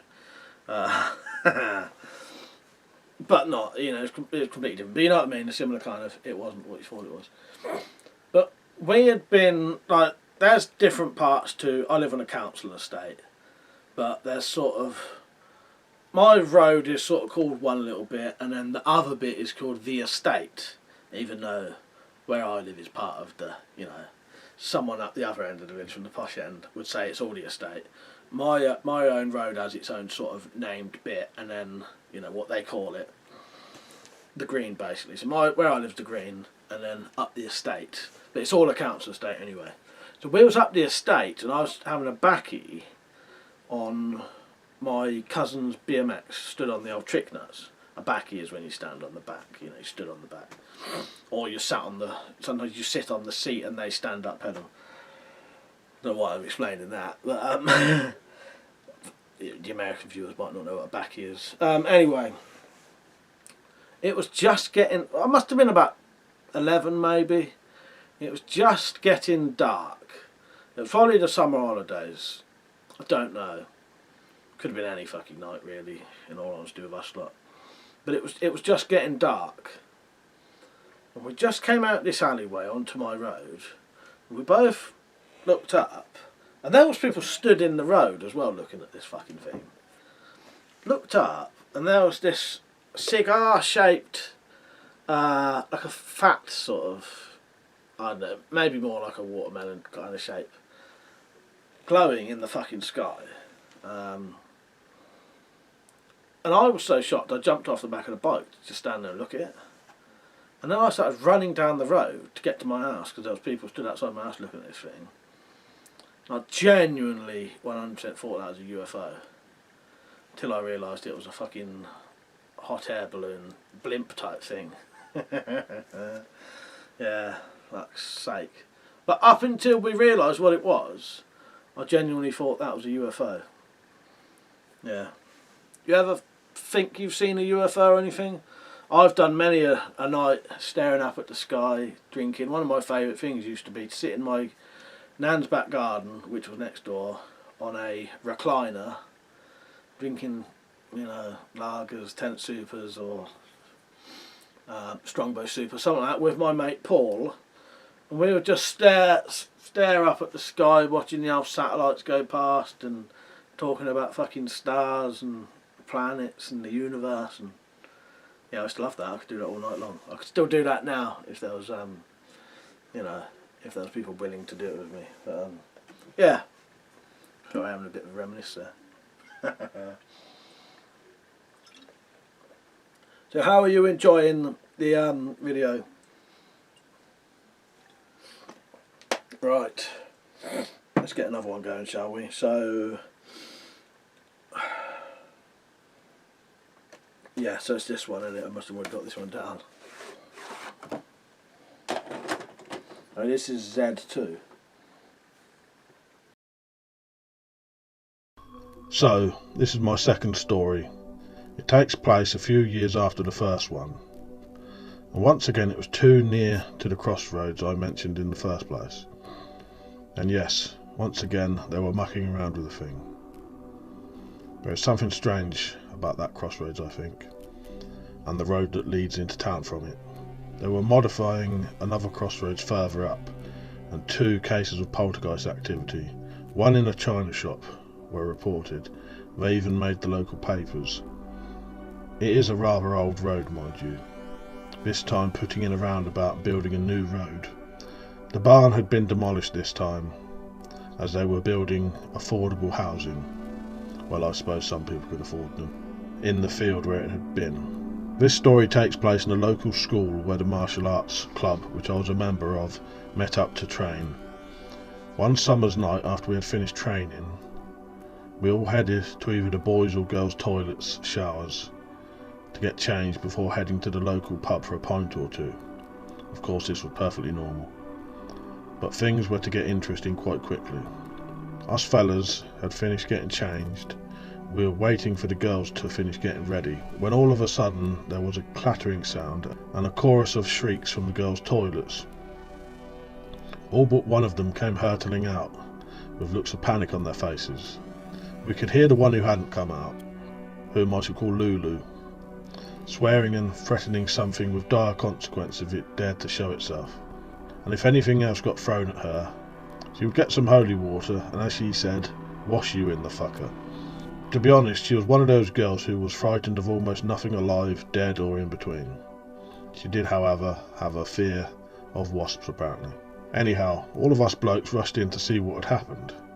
Lulu was stood there covered in talcum powder and surrounded by tins of deodorant, a couple of lipsticks and a pair of sexy panties.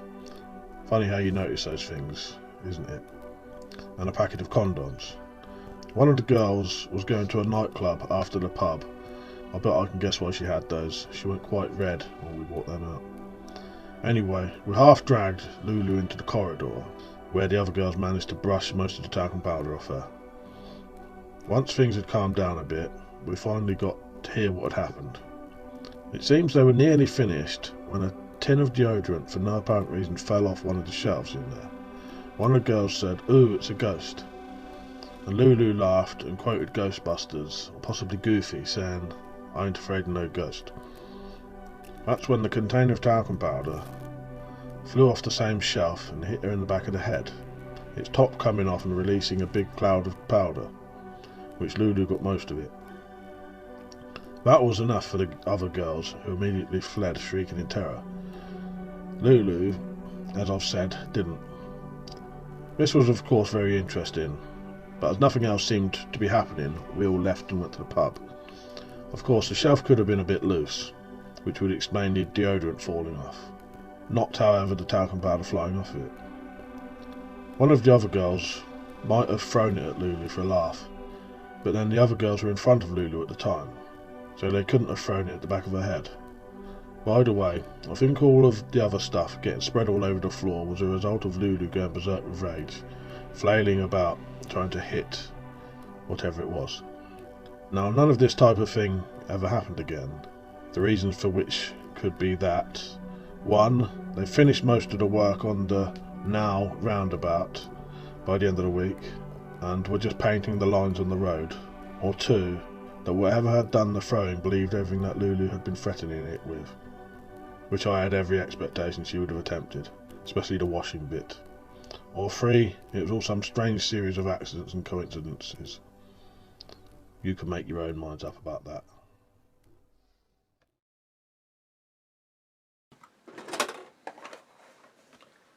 Thank you, Zed. Yeah, I like that one. Had a sort of a ring of carry to it, I thought. Not that the girl was doing any telekinesis, but you know what I mean, showers and all that. I think it's easy to hear women in showers. Yeah, I wonder. Makes you wonder, don't it? What that could have been. Sorry, I got the old fucking hiccups. Every time I do a bloody live stream, it's either really dry mouth or hiccups. Or itchy nose, which I have had actually. But luckily I've been able to itch it between the scratch it between the things. Yes, I don't know, Zed. Again, very interesting. Who knows? As you say, it could have been just the other girls doing a prank. But as you say, if she could see them, then how the hell would that happen? Yeah, definitely interesting thing to happen. Again, that voice sounded very much like me, but I swear it's yeah. Very bizarre. Much deeper voice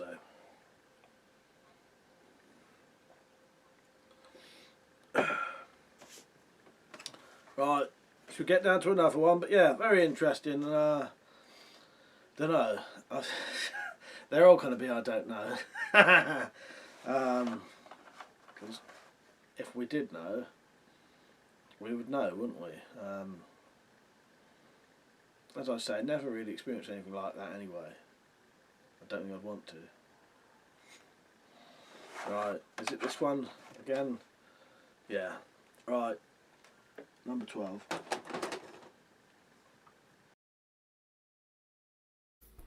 Hello everyone, happy Halloween.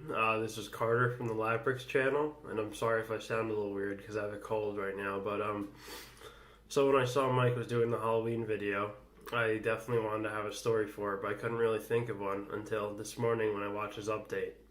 And I remembered about the, it was one time me and some of my friends, we were at the school at like 2 in the morning in the summer.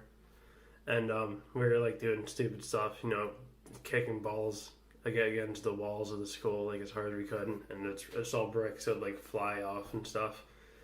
And one of our balls went on the roof, so well, we decided that we had to go get the ball on the roof, when really we just wanted to go on the roof. So we went up there, looked around, you know, climbed on stuff, climbed up some of the metal, like I don't know if they're actually like satellites, but it's like thin metal things. They're only actually like this big, but tall. Climbed up the top of those, came down, you know, did stupid stuff. Just looking around, exploring on top of the roof, because, you know, it's not every day you go on a school roof, so you want to make it last and look around. And then all of a sudden, my friend Eli, he's like, "Are those people over there?" And like way down towards the middle school, because you have like, here's the main road, and closest to the main road you have the high school, which we were on, and then back there's a road that takes you from the main road back is the middle school, and there's a big bus loop between the middle school and the high school where we were. So we were on the end of the high school near that bus loop in the middle school, and in the middle of the bus loop it looked like there was like I guess 6 people there just sitting there. And my friend Eli was like, "Are those people over there?" And I was like, no way. There won't be people here. It's 2 in the morning. Right? So we all stopped. We're sitting there waiting. Just staring, right? Because it's dark. And there's a little light so you can barely see. And it looks like there's the outline of like 6 people just standing there. So we're like, no, they can't be people. And my friend Jack is like, are they the cops or something? I was like, but they're just standing there, they're not doing anything. So we waited for, it felt like forever. It was probably only like 5 minutes. And then my friend Eli again, he goes, are they coming towards us? And we all lean back around the corner of the building, because we're on the roof and the building goes up. So we're leaning around that corner, facing down towards where they were. And we're like, are they coming towards us? And no. I was like, there's no way there's people. It's probably just like shadows of trees, but it looked like those 6 figures in a group. They're just so slowly walking towards us. Like, not even like a normal walk, which would have seemed slow because we were so far, but like a slow shuffle. And so the entire time, they're coming towards us, like through the bus loop. And by the time they reached the edge of the bus loop, which is the sidewalk towards the towards the high school, where we were, we can actually see, yeah, those are 6 people. And there's all grouped up like this, shuffling along the sidewalk. Not shuffling like to the side, but forward, but super slowly. And we're like, should we say anything? And I'm like, no, don't say anything to them. Are you crazy? Let's hide or whatever. Let's lay down here. So we lay down here, they walk by. They don't make any sound. Like, you can hear the little footsteps and stuff, but they don't make any sound. Like, they're not talking or anything to each other. And I'm thinking, like, are these cops? Are these school workers? Are they other kids just messing around? But they're walking by, and it looks like there's no colors. They're not wearing any colors. Like, it's like they're just wearing all black. So we're still on the roof. They're walking by super slowly, and we're all we're all silent, obviously. We're just all laying there looking down, scared, because we thought we were going to get in trouble by the police. And they don't say anything. They just keep walking. They don't talk to each other, I mean. Like, they just keep slowly walking through. And they're all, we can't like, make out any faces or anything, because it's dark. And there's no, they don't make, the weirdest part is that they don't make, like, any sound. I know I said this already, but they don't talk to each other. They just slowly walk. And by the time they got to around the corner at the other end of the school, we jumped off and we got out of there, because that was super freaky. Now I don't know if that's like paranormal. Doesn't really seem like it, but that was just really freaky, and I don't know how to explain it. So thanks, Mike, for having me in your video, and yeah, happy Halloween, everyone. Enjoy your night.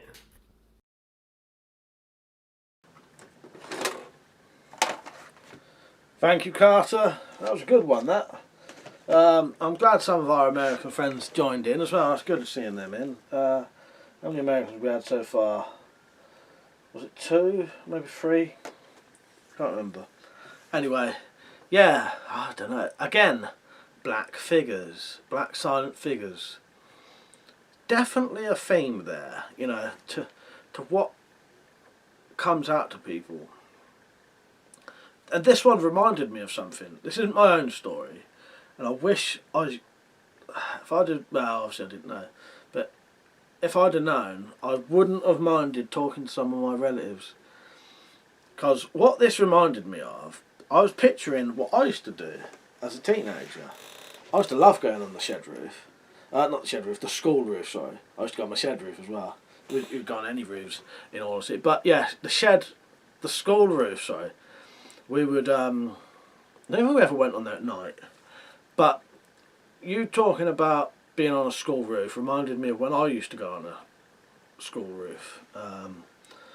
In fact, we used to go on the school roof so much, we opened up this hatch thing and even stored like stuff in there. We had bog rolls in there and, you know, handy things, bags of probably dog end tobacco, which is cigarette butt tobacco for smoking.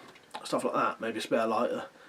All I can remember mainly is bog roll, because my mate always used to need a shit every time he went out. Every time we'd go out, he would need a shit. And every time he would take a shit, and it would be taking a shit down the woods, wiping his ass. I'm going on a tangent now. Wipe his ass with his boxer shorts and sling them in the bushes. Anyway, sorry. I could go on stories about him for fucking days. Right, that then reminded me of, I don't know why the school, well actually the reason the school may have reminded me, the last time I had a big get together with my family that wasn't a party was at the local school to commemorate my great granddad's death in World War One. While I was there, I was talking to my aunt, which is my dad's sister. And she was talking about my granddad, her father, my dad's father's book. He's got a little book of poems of this local area. Properly published as well. It's got like a proper ISBN number and everything. It reminded me of that, and then it reminded me of, he's seen multiple paranormal events.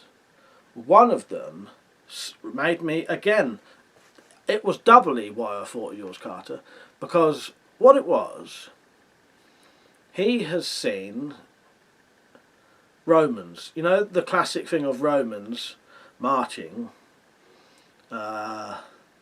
Sometimes they're in the air because they're walking across what would have been a bridge. Sometimes they're under the ground and like only half their body sticking out because the ground is now higher than it used to be. My granddad reckons he's seen marching Romans in this area, and for some reason what you said, Carter, made me think of that. Just that slow shuffling, not those marching, but the sort of, I don't know, yours made me think of that, Carter, though. Yeah, that must be very weird. Makes you wonder though, don't it? What I'll try and do next time, I'll try and get the stories that my granddad told. Wouldn't be hard to just ask my aunt. So yeah, fascinating stuff really. Was that all of that one? Yes. Right. About 3/4 of the way through now. So this is PCF2. So this must be Pistol Crossbow Fan number 2.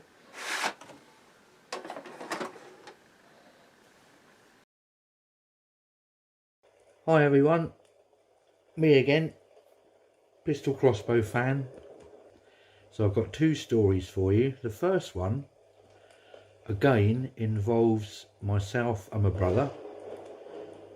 When we, oh nice bit of lightning there, when we were living at home, and this would have been mid to late 70s.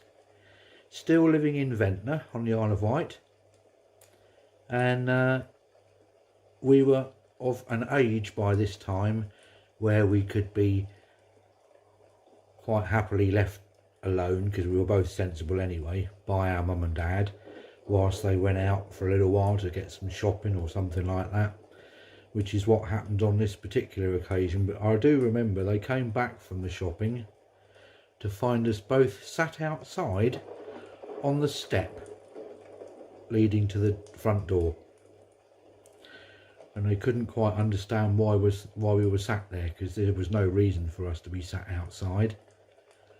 Anyway, when they asked us, we told them and basically we were both indoors at the time, downstairs, and we heard from somewhere a very loud noise all of a sudden. It sounded like an alarm going off.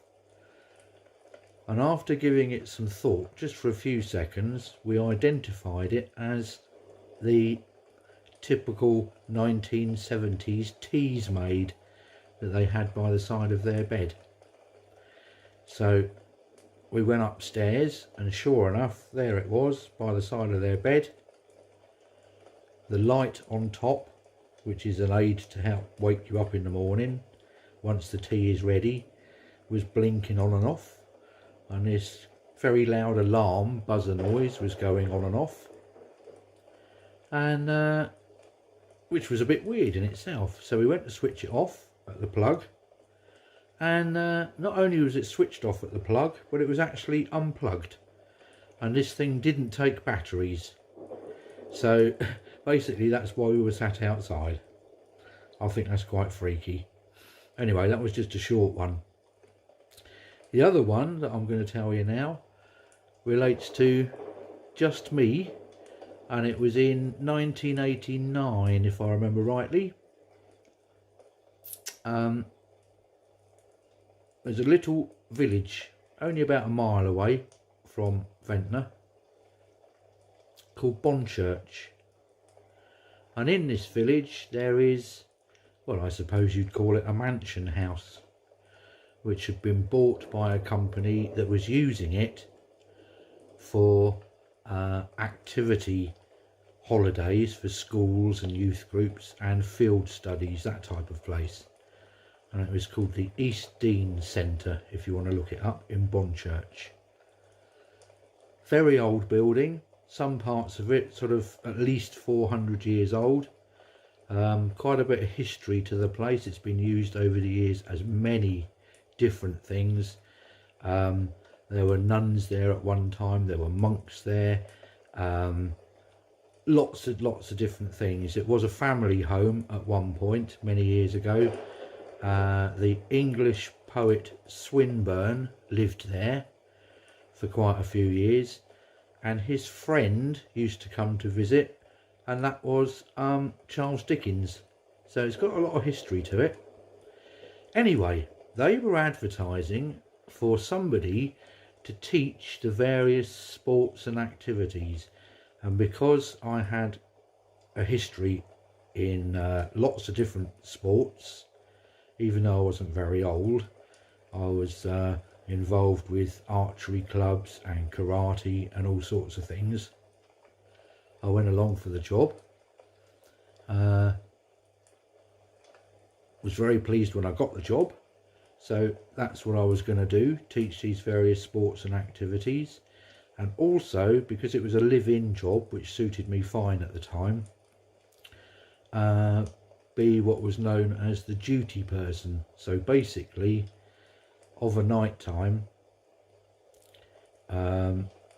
if any of the groups that were staying there had a problem, they were told on arrival which door to come and knock on, so that I could help them, which obviously was quite important, particularly with those groups, because we had a lot of foreign groups during the summer weeks and months, where really the English was very poor. So they needed to get someone that could assess the situation and then deal with it appropriately. So that was my job, duty person and teaching the various sports and activities. On my first day there, I was told not to do anything work-wise, but just to wander around, because it's quite a big building, to get my bearings. I'd been told when I'd mentioned to someone that I was going to be working there, oh, look out for the ghost. I said, what do you mean the ghost? Apparently there was a ghost of a monk that was seen if you were outside and looked up at the window of room 21. Sometimes you could see this ghost monk looking back at you. Sort of brushed it off really, didn't think any more of it. Anyway, bearing in mind I'd never been in this building ever in my life before, I just had a good old wander around. All thoughts of ghosts and monks and things completely had gone out of my head by now, because I was concentrating on doing my job. Anyway, I walked up this particular corridor. I didn't know where I was going. The rooms, well, if they were numbered, I didn't take any notice, so it wasn't as if I could logically work out where I was heading. But I just knew that when I got to the end of this corridor, there was going to be room 21, and I don't know how I knew that. Anyway, of course, this brought up memories of this ghost story. So I got to the end, sure enough, there was room 21. And I thought, well, I'm not just going to stand here, turn around and walk away. I'm going to open the door, because face your fears sort of thing. So I opened the door, and it was just like any of the other rooms. 4 or 5 bunk beds, great big heavy cast iron ones. A sink and 1 or 2 other little cupboards for the kids to put their clothes in, and that was it. Didn't give it another thought. Anyway, I started my job. Did the old duty person bit. Had 1 or 2 people knock on the door, leaders knock on the door saying, can you tell me where so and so is, or you know, that sort of thing. And then over the space of perhaps 3 or 4 weeks, foreign groups both times, one was I think French and the other Italian if I remember rightly. Oh, excuse me. One night there was a knock at the door, quite an urgent knock at the door, and it was a French lady, and she spoke very good English, and she explained to me that they had a problem in one of the rooms with one of the kids. And as she was showing me where this room was, she was explaining to me what had happened, and apparently they'd been laying in bed, one obviously on top of the other in these bunk beds, and the lower child had used his feet to push the top bunk up an inch or so, and he thought it was very funny just to keep letting it down again quickly. What he didn't realise the last time he did it was that this child at the top bunk had put his hands right at the point where the 2 bunks met, and actually got his finger almost severed because of the weight of this, plus the weight of his own body of course, on his finger, when the bunk bed was let down again by this one underneath. So I had that to deal with. Guess which room it was in? Room 21. Anyway, that was all sorted out. And then, lo and behold, a couple of weeks after that, we had another grouping of Italians and frantic banging on my door early hours of the morning, probably about 5 o'clock in the morning, and was told that they had a serious medical problem with one of their children, apparently, who had gone to open the window in the morning, rather than use any sort of window opening device, just put their hand on the glass and pushed it, and their hand went straight through the glass, and then they pulled it back rather quickly. So from probably the wrist up to about halfway up to their elbow was just wide open. And when I got there, they were laying in the bath. No one seems to know what to do. Fortunately, I had some rudimentary first aid training, because I had also been in the fire service by this time. And so sorted that out, elevated it, etc., wrapped it up, called for the ambulance, and suddenly realised we were stood in room 21. Now you tell me what that's all about. No other incidents in the year or so that I was there, but both incidents happened in room 21.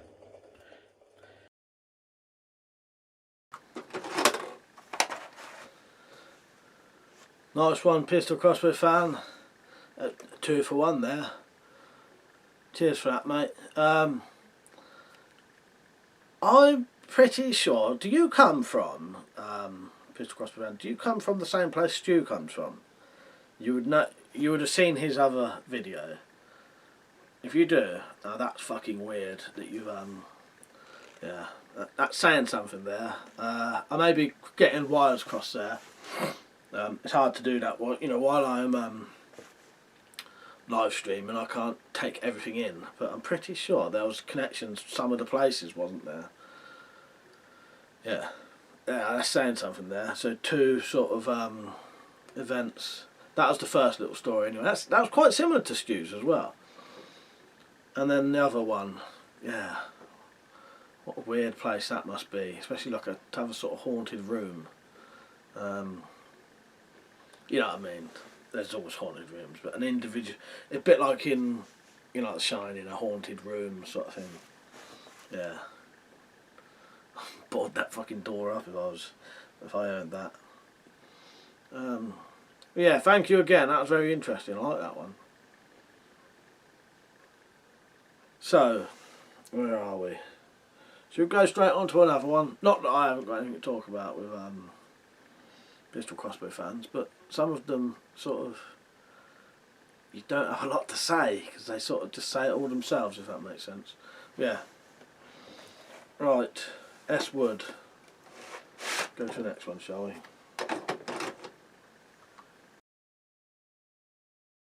On the night of September 27th, the ghost hunt group that I am a part of, Derby City Paranormal, had an investigation at the Monroe House in Hartford City, Indiana. Years ago there had been a TV show that had an investigation at this house, and during their investigation one of the members had found human remains in the crawl space. Apparently the coroner's report showed that the skeletal remains were quite old and no further investigation was done, so the identity of the remains remained unknown and the remains were given a proper burial. Claims at this house have been the sound of footsteps, voices, doors closing on their own, people getting touched, shadow people and apparitions. During our investigation we experienced a door shutting on its own several times and we were unable to debunk it. Nothing we could do, aside from bumping the door, would cause it to close. There was no breeze, the floors were solid, the door frame was solidly built, but the door would swing closed with nobody around it. Another time while we were in the blue room, one of our cameras picked up the shadow about 2 feet tall that appeared to be coming out of the floor. I went to where we perceived it to be and I could easily feel a temperature difference that coincided with where its head was, although our thermometers showed no difference in temperature. It is possible that the figure itself was a little closer to the camera than where I was feeling around, which could possibly explain why I detected no temperature difference with a laser thermometer. I do not have that footage, and at this time I have not reviewed my video footage. We also got flashlights to turn on and off on demand, and as we were packing up we heard a baby crying over the baby monitor that we had set up in a room upstairs. In the basement, however, we had footage of a stick figure on the SLS camera.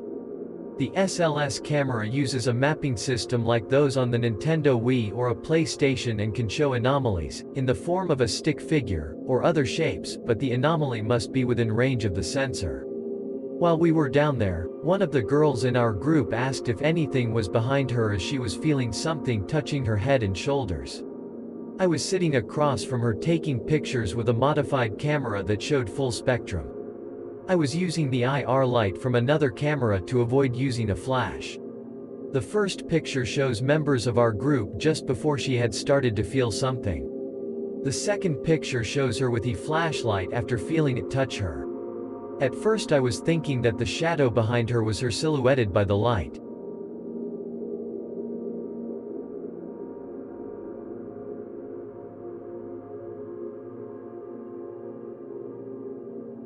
But in the third picture, the shadow is still there. She then stated that she was starting to feel sick and getting real uncomfortable. It was at that point that the batteries in the SLS camera died, the batteries in another device died, and the batteries in my camera died. All of this occurred within about 5 minutes.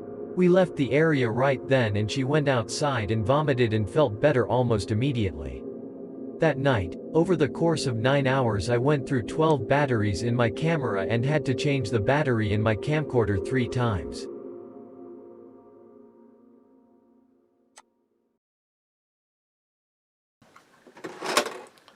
Thank you, Steve. Bloody hell, yeah, that sounds like one of those sort of, like a proper haunted house type thing. You know, like a well-known one, like the Enfield house or something. Yeah, bloody hell. Sounds like there's a hell of a lot going on there. What's it like to investigate these things? So I know there's quite a lot of you lot who investigate these kind of things, aren't there? Sorry, I got bloody hiccups again. I've obviously never done anything like that. I have been in places that are supposed to be haunted. Well, I say that. Yes, I'll tell you where I've been that's supposed to be haunted. I've been West Wickham Caves. Now they're supposed to be haunted. Didn't experience anything. If you ever get near there, they're well worth going in. And well, I don't definitely know it's haunted, but I have been in a very old derelict house that was pretty scary. But I don't know if that's just because it was a derelict house and other people would say it's haunted. Don't know whether it was. And I tell you what, it was. You never ever wanted to be on your own in any of the rooms though. But then that may have been because I was 12. Yeah, you know, 12 with a very vivid imagination. But yeah, that was a fascinating place to be as a kid. That old derelict house. It's derelict house and shop, and massive gardens, and multiple sheds, and everything was still full of everything. So the house was just, you know, just left with all of the stuff in it. A lot of it had been smashed up. But sorry, I was going on a tangent then. So back to Steve's video.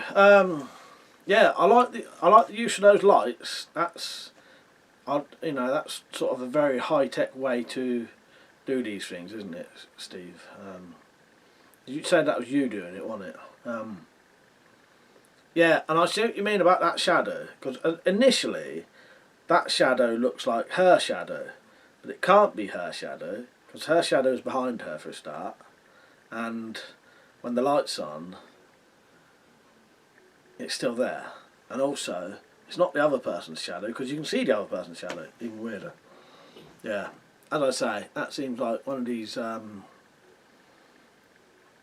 of massively haunted places, you know, like a proper famous sort of haunting. But do you do that kind of stuff a lot, Steve, if you're watching? Right. That was that one, wasn't it? We did that one. So we've got one more, two more to go, two more stories to go.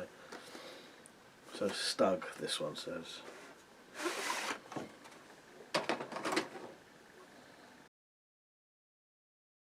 This happened last year in the month of November. The power in my house had gone out because of a storm that had happened during the day.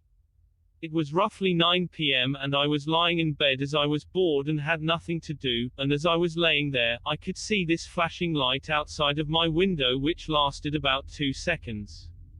I had the blinds drawn, so whatever it was bright. I initially thought that it was lightning, but there was no thunder. It then happened a second time, but this time there was a strange sound accompanying the light. I can only describe the sound as 2 low-pitched beeps. I got out of bed to tell my father about this, and as I walked into the living room where he was, I could see the flashing light through the living room window, which he also noticed. I was weirded out at this point because how could it have moved from one side of the house to the other in 5 seconds? It stopped for a while and then it happened again, with that weird sound, but every time we peeked through the window we could see nothing at all. It happened yet again, but this time it moved from window to window while flashing. We thought it was maybe someone with a drone messing about, but we would have heard the propellers and surely would have seen it when we looked out.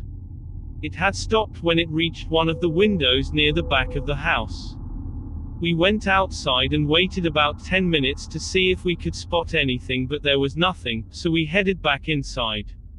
It happened again about 2 hours later, but this time it started to flash rapidly around the house, window to window, and then suddenly stop at the window it stopped at previously. A few minutes later we could hear that there was something moving along the roof of the house from one side to the other. It wasn't very loud, but noticeable. It stopped in about 30 seconds and we never heard of it again that night. Whatever it was, it frightened the shit out of me and my dad that night.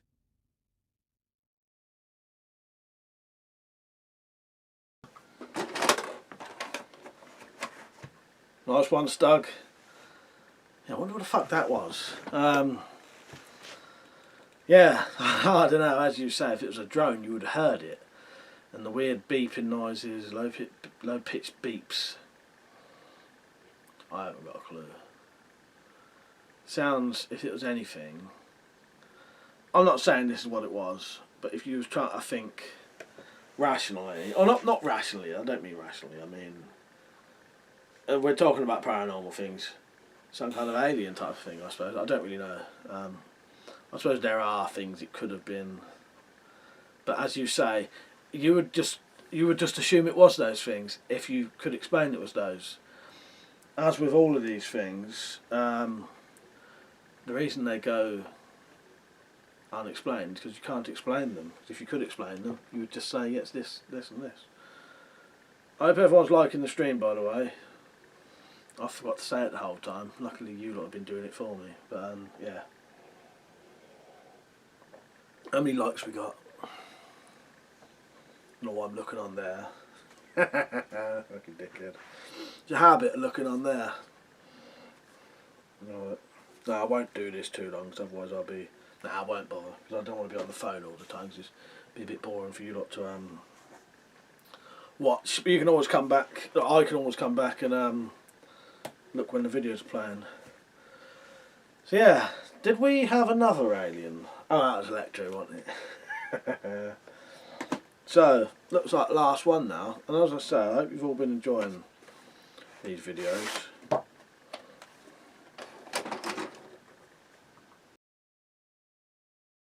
This story takes place before the other two in the mid-1980s. In a way, it's a bit difficult to say when and how this story starts, as, in a way, it has two beginnings, but I'll begin at the point where I became involved. And so it began just after a local jeweller's was burgled one Friday night and the thieves got away with a very large haul. The next day, myself and some friends were sitting in a local coffee bar talking when another friend came in and asked if we'd heard about the robbery. We told him we had. He then proceeded to tell us he'd been walking home that night from a local wine bar where he worked. His walk took him past a piece of common land behind one of the local schools, where he'd seen two men in there, one of them whom appeared to be digging a hole. He couldn't see just how large the hole was, but he thought it wasn't big enough to suggest they were doing something with drains or electrical cables. We pointed out that it was unlikely that they'd been messing around with that sort of thing at 2 in the morning on a piece of common anyway. "That's my point," he said. "I think it might have been the burglars burying the jewels, meaning to pick them up when things quieted down. I thought it was more likely they were burying a dead dog or cat, to be truthful, but the others were taken with the idea of buried loot. So it was decided that we'd go there that evening. They had to pinch some spades and stuff from their parents' sheds whilst they were engrossed in some television programme, and investigate the spot where he'd seen the men digging. So that evening we made our way to the common together, with a pretty young girl I was friendly with at the time, plus one of the other lad's girlfriends, who had insisted on joining us. Now I must say this common had a reputation of being a strange place. A couple of years before, an 18-year-old girl had gone missing, and the last anyone had seen or heard of her was when her friend saw her talking to a young man with long brown hair. She'd left her parents a letter saying that they were leaving and she'd contact them later to tell them where she was. As she was 18, the police had little to no interest when she failed to contact her parents after a month or so, saying that she was an adult. So what she did, providing she broke no laws, was up to her. The locals, though, had different ideas. They were convinced that she had been raped and murdered by the fellow with the long hair, and that he'd buried her body, probably on the common. Since then, dog walkers on the common had reported seeing strange lights and funny human-shaped shadows around the place. These stories didn't worry myself or my friends in the slightest. We called it a load of bollocks, and cast scorn on anyone who thought the stories were true. If anything, we'd reckon she'd run off with a roadie from a metal band, or something else. Also, I must state that my friends had no interest or belief in the paranormal at all, and would occasionally take the piss out of me for my interest in it. In fact, these were the kind of lads who were scared of nothing, who'd walk into the roughest bars in town, sure in the knowledge that if anyone started something, they'd make the bastards regret it. Anyway, back to the story. So there we were on the common, staring down a steep slope that went down about 30 feet to a patch of trees which were about 10 feet from the roadside fence. On being told, "That's where I saw him, down there," we went carefully down the slope, which was covered in a layer of loose soil and was thus a bit slippery. Myself and Mabel sat down, lit our cigarettes, and prepared to watch the fun. She thought they'd only dig 2 feet down before giving up, but I thought they'd go at least 3 feet deep, if not more, being somewhat stubborn fellows. At first they wandered around a bit, looking for some disturbed ground to start on, thinking that would be a good place to try first. It was quite dark under the trees, which made it a bit less easy, but after 5 minutes or so, they found a likely spot and started digging. My friend's girlfriend, standing on one side, telling them how to do it. At first they all went at it at once, but they just got in each other's way, and decided to take in turns, with only 2 digging at a time. The first 2 went at it like mad things, and got the hole about 3 foot wide and 2 foot deep in short order before they were knackered, and stepped back to let the next 2 have a go. That's when it happened. A small piece of the ground moved, upwards. They all stopped what they were doing and stared curiously at it as it very slowly continued to rise upwards. Equally slowly their faces started to turn a bit pale. Just then one of the lads stepped back a bit and blocked most of my view. I did however see the sides of the small mound suddenly increase the speed of its upward movement. Then one of the boys gave a low moan of horror, mixed with a sort of unspeakable terror. That was it. As one man and girl, they broke and ran. As they charged past me, I grabbed the arm of the girl I was with and joined en route. I should point out that at that moment I had not the slightest idea what it was they were running from, and was working purely on the principle that if whatever it was down there was horrible enough to make those particular lads run, then I, for one, didn't fancy hanging around to make its acquaintance. We were about 2/3 of the way up the slope when my friend's girlfriend slid down the slope past me, shrieking in terror. I glanced back and saw her come to a rest about 3 foot below Mabel. I immediately ignored her and carried on up the slope, dragging the confused Mabel, who kept asking What's happening? What's happening? Behind me. You may be wondering why I didn't help the other girl. 3 reasons. 1, I saw it as her boyfriend's job to rescue her. 2, I never did like her much. And 3, I had the idea that whatever was after us might pause in the pursuit to butcher her and leave the rest of us time to escape. Pretty soon we all reached the top of the slope, including my friend's girlfriend, who I must admit could shift a bit when she was scared. Seeing that nothing else was coming up the slope, I asked what had happened. The dead girl's hand, it reached out of the ground and grasped us with fleshless fingers, was the reply. I admit I did feel a shiver run down my spine when I heard that. However, once we'd realised that there was nothing chasing us, and we had a calming smoke, it came to us that the spades had been left behind, which meant we'd have to go back down there and get them, otherwise there'd be trouble over their loss. So slowly and very carefully we went back down the slope. Everything seemed quiet at the bottom, although there was still a slight mound of loose earth on the ground. We were just picking up the tools when one of the lads was moving around looking for a trowel he'd dropped, when the mound exploded upwards in a shower of dirt and small stones to reveal the ultimate horror. A half-buried dead branch with 4 twigs sticking out of it. What had happened, of course, was that someone had trodden on the end of the thing, which had made the other end push upwards through the soil. Though to be fair, the twigs did look a bit like fingers at first glance, especially in the dark shadow from the trees. There's nothing much more to say about it really, other than my friend's girlfriend had a very long talk with him about why he didn't try to rescue her.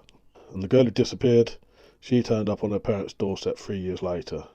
As their neighbours put it, looking something like Boudicca would have recognised, and dragging a screaming 4-year-old brat that looked remarkably like Stig the Dump behind her. She'd run off with a fella she'd been seeing to a sort of hippie commune, lived in a rundown barn with 6 other couples. Oh well, it takes all sorts.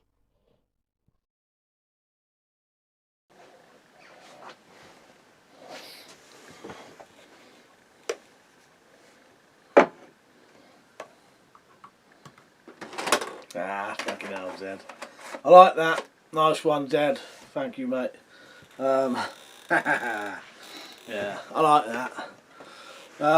Yeah, I can totally see. You know what? I could picture myself doing all that stuff as well. Yeah, we used to like going and doing weird things like that. I'll tell you what, my dad had some really, really good ghost stories that was that kind of thing. I so badly wish I could remember them. And obviously it's too late now. I'll have to ask Malk if he remembers them. He has a better memory than me. But, yeah. What it was, see, my dad used to have some stories of, similar stories of, you know, working up to something and then it was suddenly... The one I remember, but it was about a bloke being chased. Maybe it was my dad. I think it was my dad saying it. That he was in the woods. Oh yeah, I can vaguely remember it now. Oh God, so I remember being sat in the van with him, asking him to tell us a ghost story in the dark down his yard. And he told us this story of... Because he was telling us about the actual area we was in. You know, saying, oh, I went up the path, that path up there. And he'd seen these red eyes looking at him. Now, there's a lot more to this story than this. He saw these 2 red eyes looking at him. So he started running away. There's a lot more build up to this. This is just all I can remember. But he said he was in the woods and he could see these 2 red eyes staring at him. So he started running, and all of the time he was running, he could hear footsteps behind him, right behind him, running fast as he could, even till he got in the van and drove off, and he could still hear running next to the van. And then I remember the punchline of it was, not the punchline, but it turned out that the red eyes was an owl, and the running behind him was his braces had slipped off, and they was tapping on the floor as he ran away. Oh, I fucking love that story. I so badly wish I could remember it properly. Hopefully Mark will remember it, but yes. One of those things of, you know, too late now. But my dad used to have quite a few good ghost stories. And there's a couple of family, like, the ghost stories that go around my family, that used to get told. Like they're fictional ones, but yeah. But thank you for that, Zed. I like that. That was a good one. Oh, I've just noticed this tape. Actually, I think it's got something else on it. Let's have a look.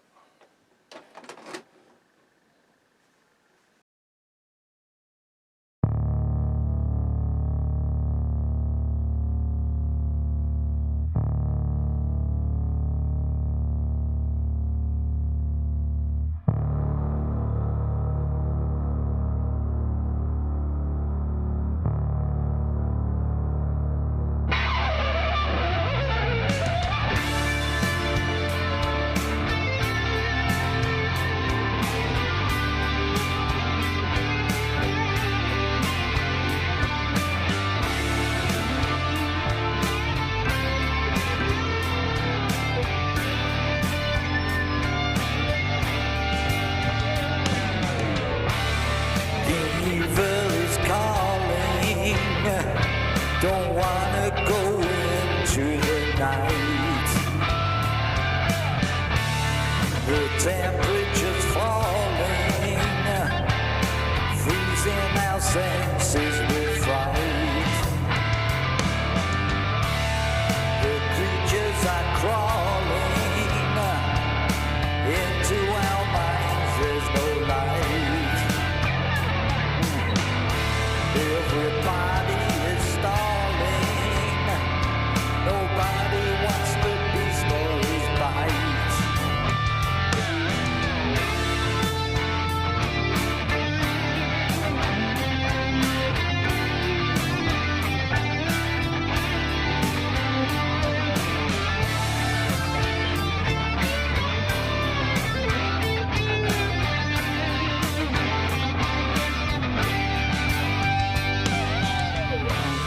You want something come with it?